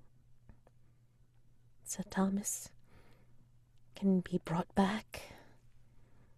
You can exist and be more yourself.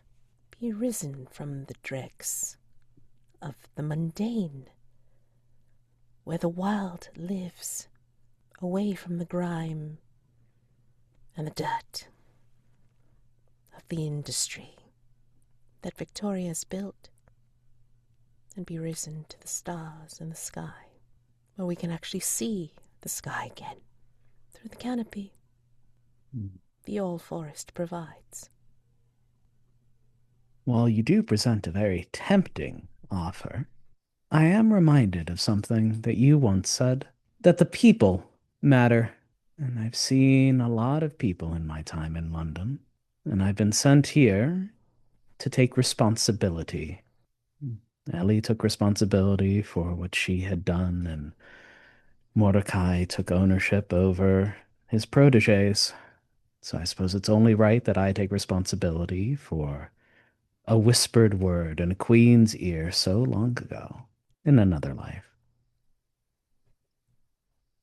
And what opportunity did you take so long ago, Mr. Ocasio? A whispered promise of a fern flower in a forest far away that would outshine a queen's edelweiss. Ah. Do you Would remember? you stop this?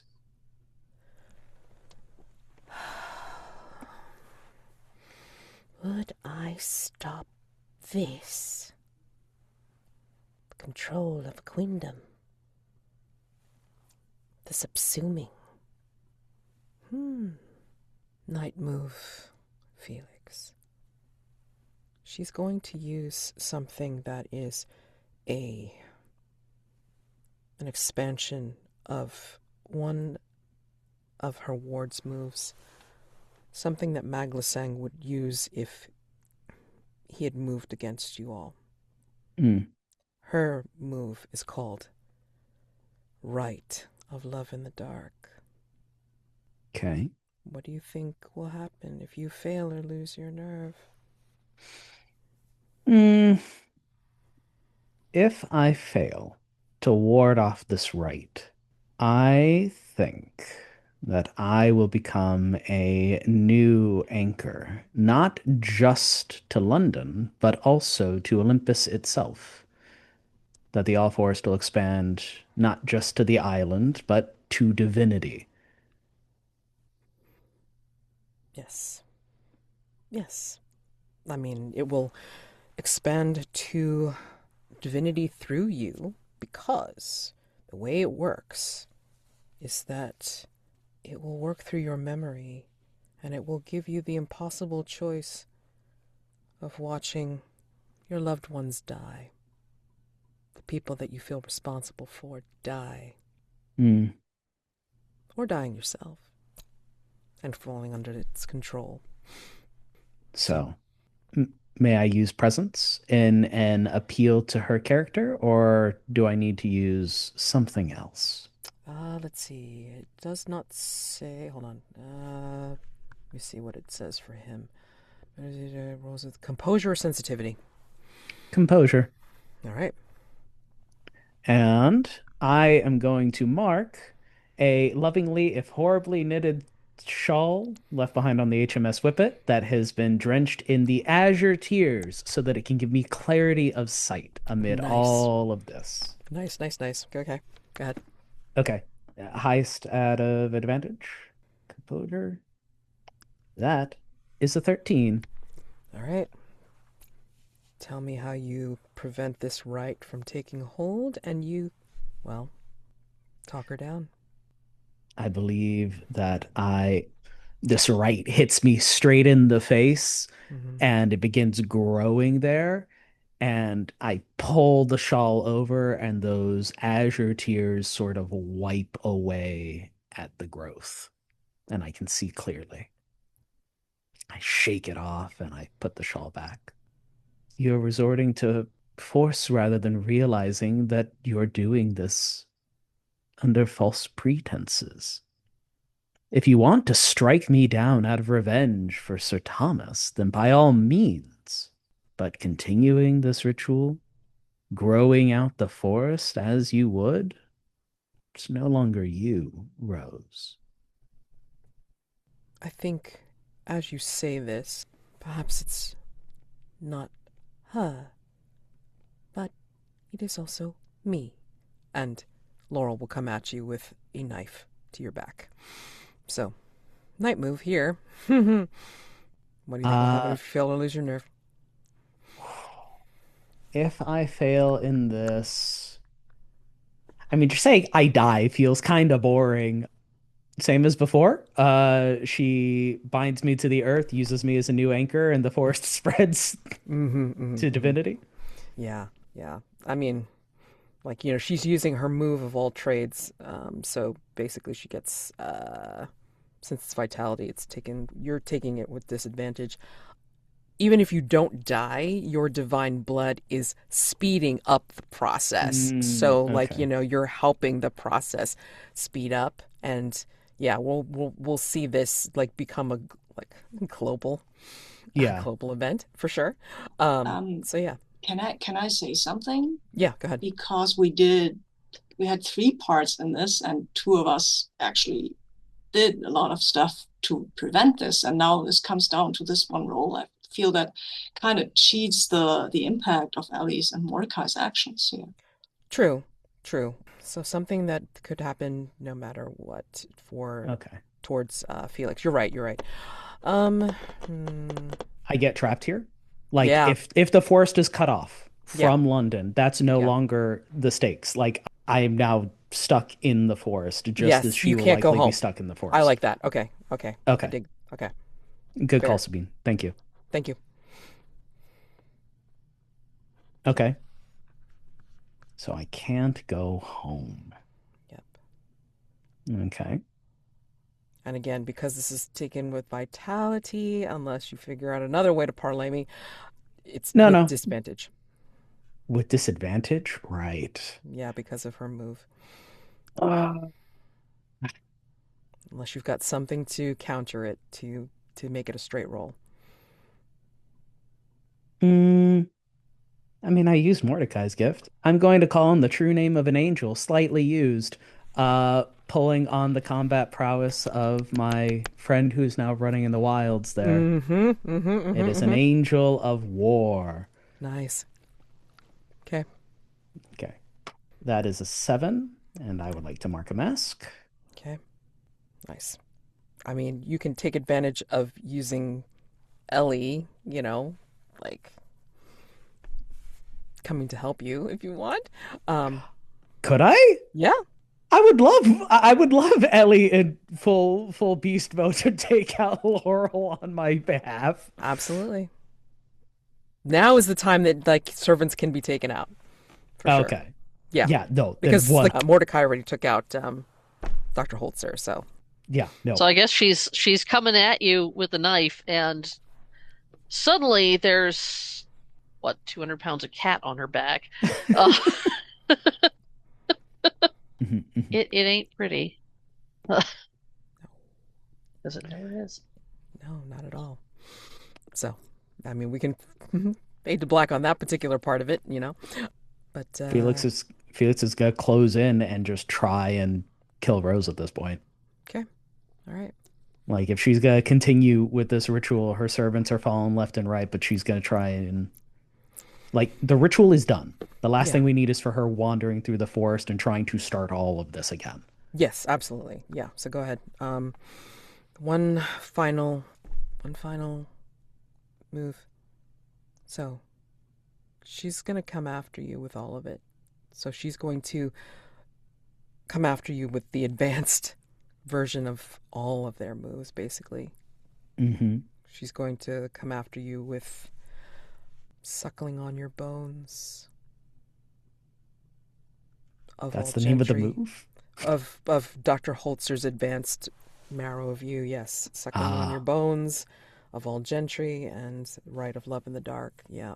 So just call it a straight night move and just go like, all right, what the hell can I do against like the shadows and the looming forest, like, all against you, basically. I'm trapped here to be tortured for all of eternity. Sure. I become a new Prometheus.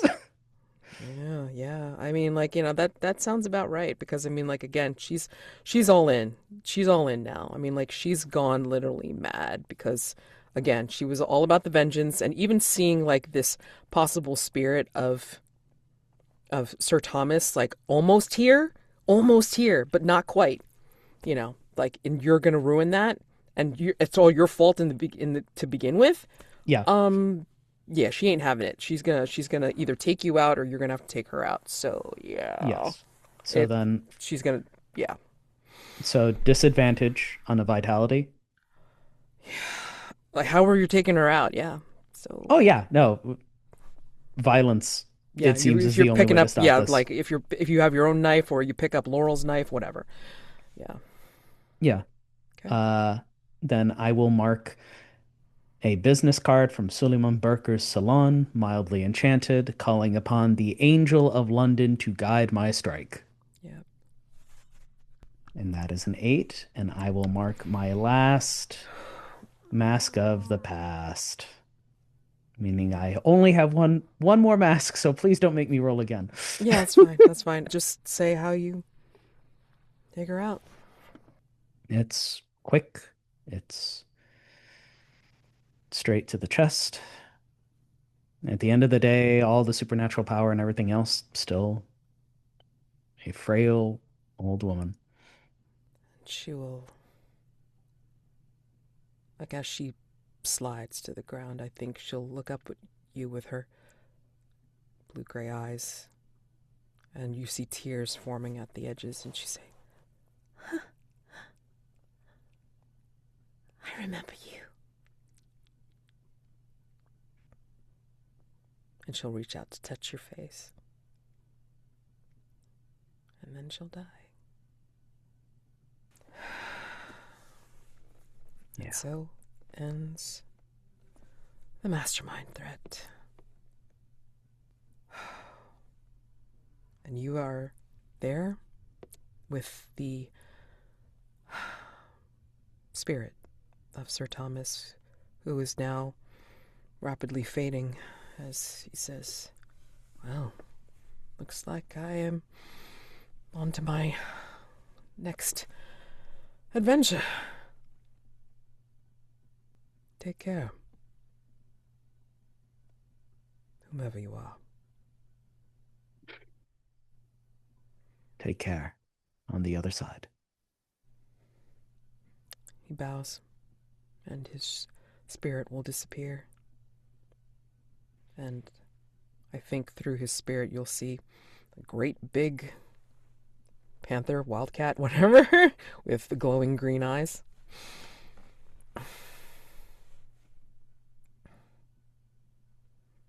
And that panther looks like it's going to rush you, straight, leaping over your head and gone. Okay. I will try to muddle my way through the forest and hopefully bump into Nora and Maglasang, and they can lead me out, because didn't really have a plan after this. I think you'll see Lansing first. Like he's clutching at his chest and he's kind of hanging on to a tree trunk as if he's like winded. Mm-hmm. But he'll look up at you with like sweating and say, it hasn't gone away. It hasn't gone away. I don't know what to do. And he'll open up his shirt and you see that the branches still look like they're trying to claw their way out. Is there a way for me to remove it from him? I mean, we can epilogue that if you want. Because I think Nora... Go ahead. No, I have a thought. Okay. Yeah, but no, getting him out of the forest is good. We'll do that. We'll epilogue it. Yeah. And then I think we move the camera over to like where the heart is, because Nora will be crying over Mordecai's body, and Maglasang will be looking at his forearms and seeing the branches, breaking out of them. But he seems to be like philosophical about it rather than worried. Again, his family seems to have more ties to the forest than he's admitted so far. But yeah, he seems to be able to deal with it. And, he's kind of like putting a hand on Nora's shoulder as she's crying over Mordecai's body. We can epilogue here and save Stars and Wishes for the retrospective review, or you can just do Stars and Wishes now and then save the epilogue for the next time. Whatever you have time for. I don't want to keep you guys away too long. So I say the second one where we epilogue in the retrospective. Okay, so Stars and Wishes and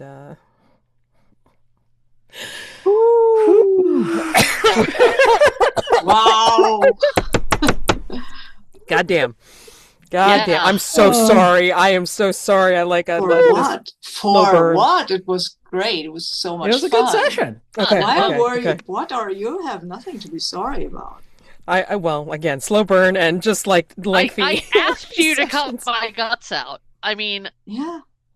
I knew when I wrote that backstory with Cora and Nate that I was saying, here's a dagger, put it in and twist. I That's exactly what I was doing, and I knew it. So, Yeah, if you want to include Nate in your epilogue, next time you totally can. So, whichever. it's entirely possible. I'll have to devote a lot of thought to that. Yeah, that's fine. Or you don't have to. I mean, like, I just like it. Yeah, a lot of threads. I put the letter Mordecai wrote to Nora in the Discord chat. Okay. I actually wrote this before the session, so yeah. Oh. I mean, Oh, wow.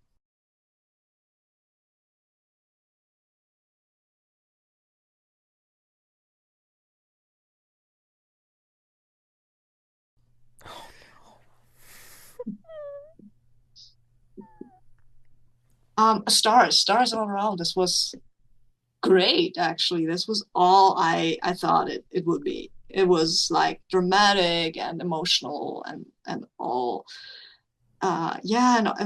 everything came together. Stars for Felix, for the whole. Oh yes, this is actually the backstory of what happened. I read it. It was all my fault because I'm a petty guy. It's like, yeah, okay, I love that, and this is yeah, and while I'm pretty sure this was retcon and was not what you had in your mind from the beginning, it felt very natural. It felt very Felix, and yeah. I loved it, and I loved all the scenes you had with this Sir Thomas ghost, I guess. Mm-hmm. And Ellie, I don't know where to start or where to stop. This was just like, oh my God, poor Ellie, the heartstrings, and this goodbye scene with Lansing and the whole Nate thing again. Wow. Poor Ellie, and then going the way she went and coming back as the cat to save Felix. That was Yeah, I was glad to have that opportunity. That was fun to just be like, that was so great. Okay, you know what? This isn't finished. Okay, now I can go. Yeah. I love that, and that's great pacing and all around the whole thing with Rose being like, I want to just still destroy everything. It's fine. And I also love the callback to the little doll, to Mordecai's little doll. That was fun too. That dialogue was like my favorite part of like, that's my Mordecai stars. Just like that whole scene was really fun to see. Yeah, with Gabriel, that was amazing. Just like, you're a person now. Go make your own decisions. It's like, I can do that?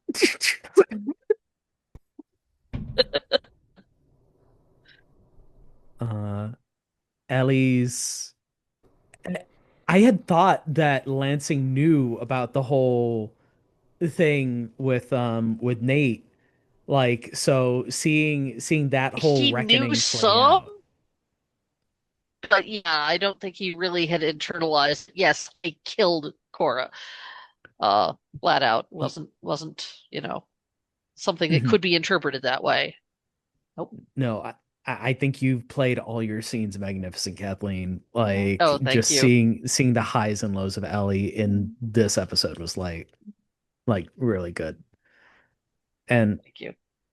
I really liked the goodbye scenes, like the ladies and gentlemen, it has been an honor serving alongside you sort of thing. Like, it was good to be able to say goodbye. Yeah. Let us say goodbye where Ellie fake out. No, I'm not leaving on you. That's fine. And because how often does anybody get to tease Felix that way? Like, we were talking about, like, yeah, there's gonna be the Laurel Felix like showdown. Finally, we've been building up to it, and giant cat. Nope. Felix doesn't fight like that. Like, and Sabine, I'm gonna miss Mordecai. I miss this frenemy, like, vitrolic best buddy sort of thing that was going on. Like, it was nice. But that, I'm gonna miss this whole trio dynamic. oh yeah, yeah, all of it. That was just like, oh my God, these guys, right? These guys. Oh my Thank you, gosh. Mets. Yes. Did you need to go, Kathleen? Mm. Uh, I don't have to rush yet today of all days. Even though I do have a game run at 4 o'clock that isn't completely finished, but yeah, it'll be okay. Okay. But holy crap. I don't even know where to begin because honestly, I mean, like, I had the framework, I had some things that I wanted to get done, and you guys just blew it out of the park. I was just like, oh my God, look at that. Holy cow, that's so terrific. Yeah, I hope you didn't mind me, like, like hinting that you in your other iteration, Mike, like, for Lord Henry was actually the shit that was like running Dorian Gray, because I thought that was like that would be interesting, like, he No. was a complete shit. No, I think that works because as it's weird to think, gosh, Felix is self-centered and still really bad. Oh, he was worse? Oh no. Mm-hmm. Yeah, and then, like, for the fact that My it, like, God, really the old version. he was to blame. He was to blame, like, from the very beginning, and I'm like, oh no, no, no. So good, so good. I enjoyed that so much, and, like, that was a great callback, and then, like, cycle through, and it was just like a great reveal. So, oh my gosh, amazing. And then Mordecai, oh my God, no. I mean, like, yeah, it's oh, I mean, he's gone now, but he has an anchor. yeah, no, I know, So but damn. yeah, And then Ellie, yeah. I mean, like, that's, oh God, it's like everybody's, like, ending was just, like, so heartfelt, and just, like, so there's gonna be people that miss them. There's gonna be things. It's basically gonna be like Trophy. Like, if you survived, say how you're forever changed by your experience, and if you didn't, like, how is the world, changed or moving on from your passing, right? So, oof. I don't know what else to say. There's just so many. I mean, like, stars to everybody. What can I say? Even for our folks that only got to play for a few sessions, like like Jazzy for our Fox and Chris for our Eclipse. I mean, like, like, for the time that we saw them, boy howdy, like, things were moving. Oh, they were terrific. They were absolutely wonderful. So, I mean, like, appreciated them for sure. And yeah, I mean, like, this trio has been awesome. And thank you for playtesting my Mastermind, who, wow, You a combination of talked all a little things. lady with depth. Yeah, Your yeah, mastermind was really great. Yeah. thank you. It's a combination Yes. of a whole bunch of things. So I was glad to culminate a lot of my favorite things into this particular Mastermind. Oh God. Could probably go on for a lot, and I don't want to do that because everybody's got shit to do. So we'll continue onward when we do our retrospective / review. Yeah. So Where we tell Yeah. all our masks and our yes, epilogues. all Yeah. the masks, all our At all your least last two masks of the past. yes, Ooh. all Very your yet to too. come. oh Mine God, too. yes, all your feedback. Anything that you want to say about the season, about the game, about your take on your characters or your epilogues. Definitely include your epilogues along with the masks and stuff. Okay, Yes. so anything that we forgot or any kind of threads that you want to address, please just go ahead and do it. Yeah. Oh my gosh. Oh my gosh. So I would like to do my epilogue after Felix has done his. okay. Yeah. Just All right. remind us, like, what order you want things to be done in for next time. Alrighty. So you guys take care. Have a wonderful weekend, and I will see you in a couple of weeks when we come back for our retrospective. So thank you all so much. Couldn't have done this without you. Yeah. Honestly to God. Thank you It's like, all.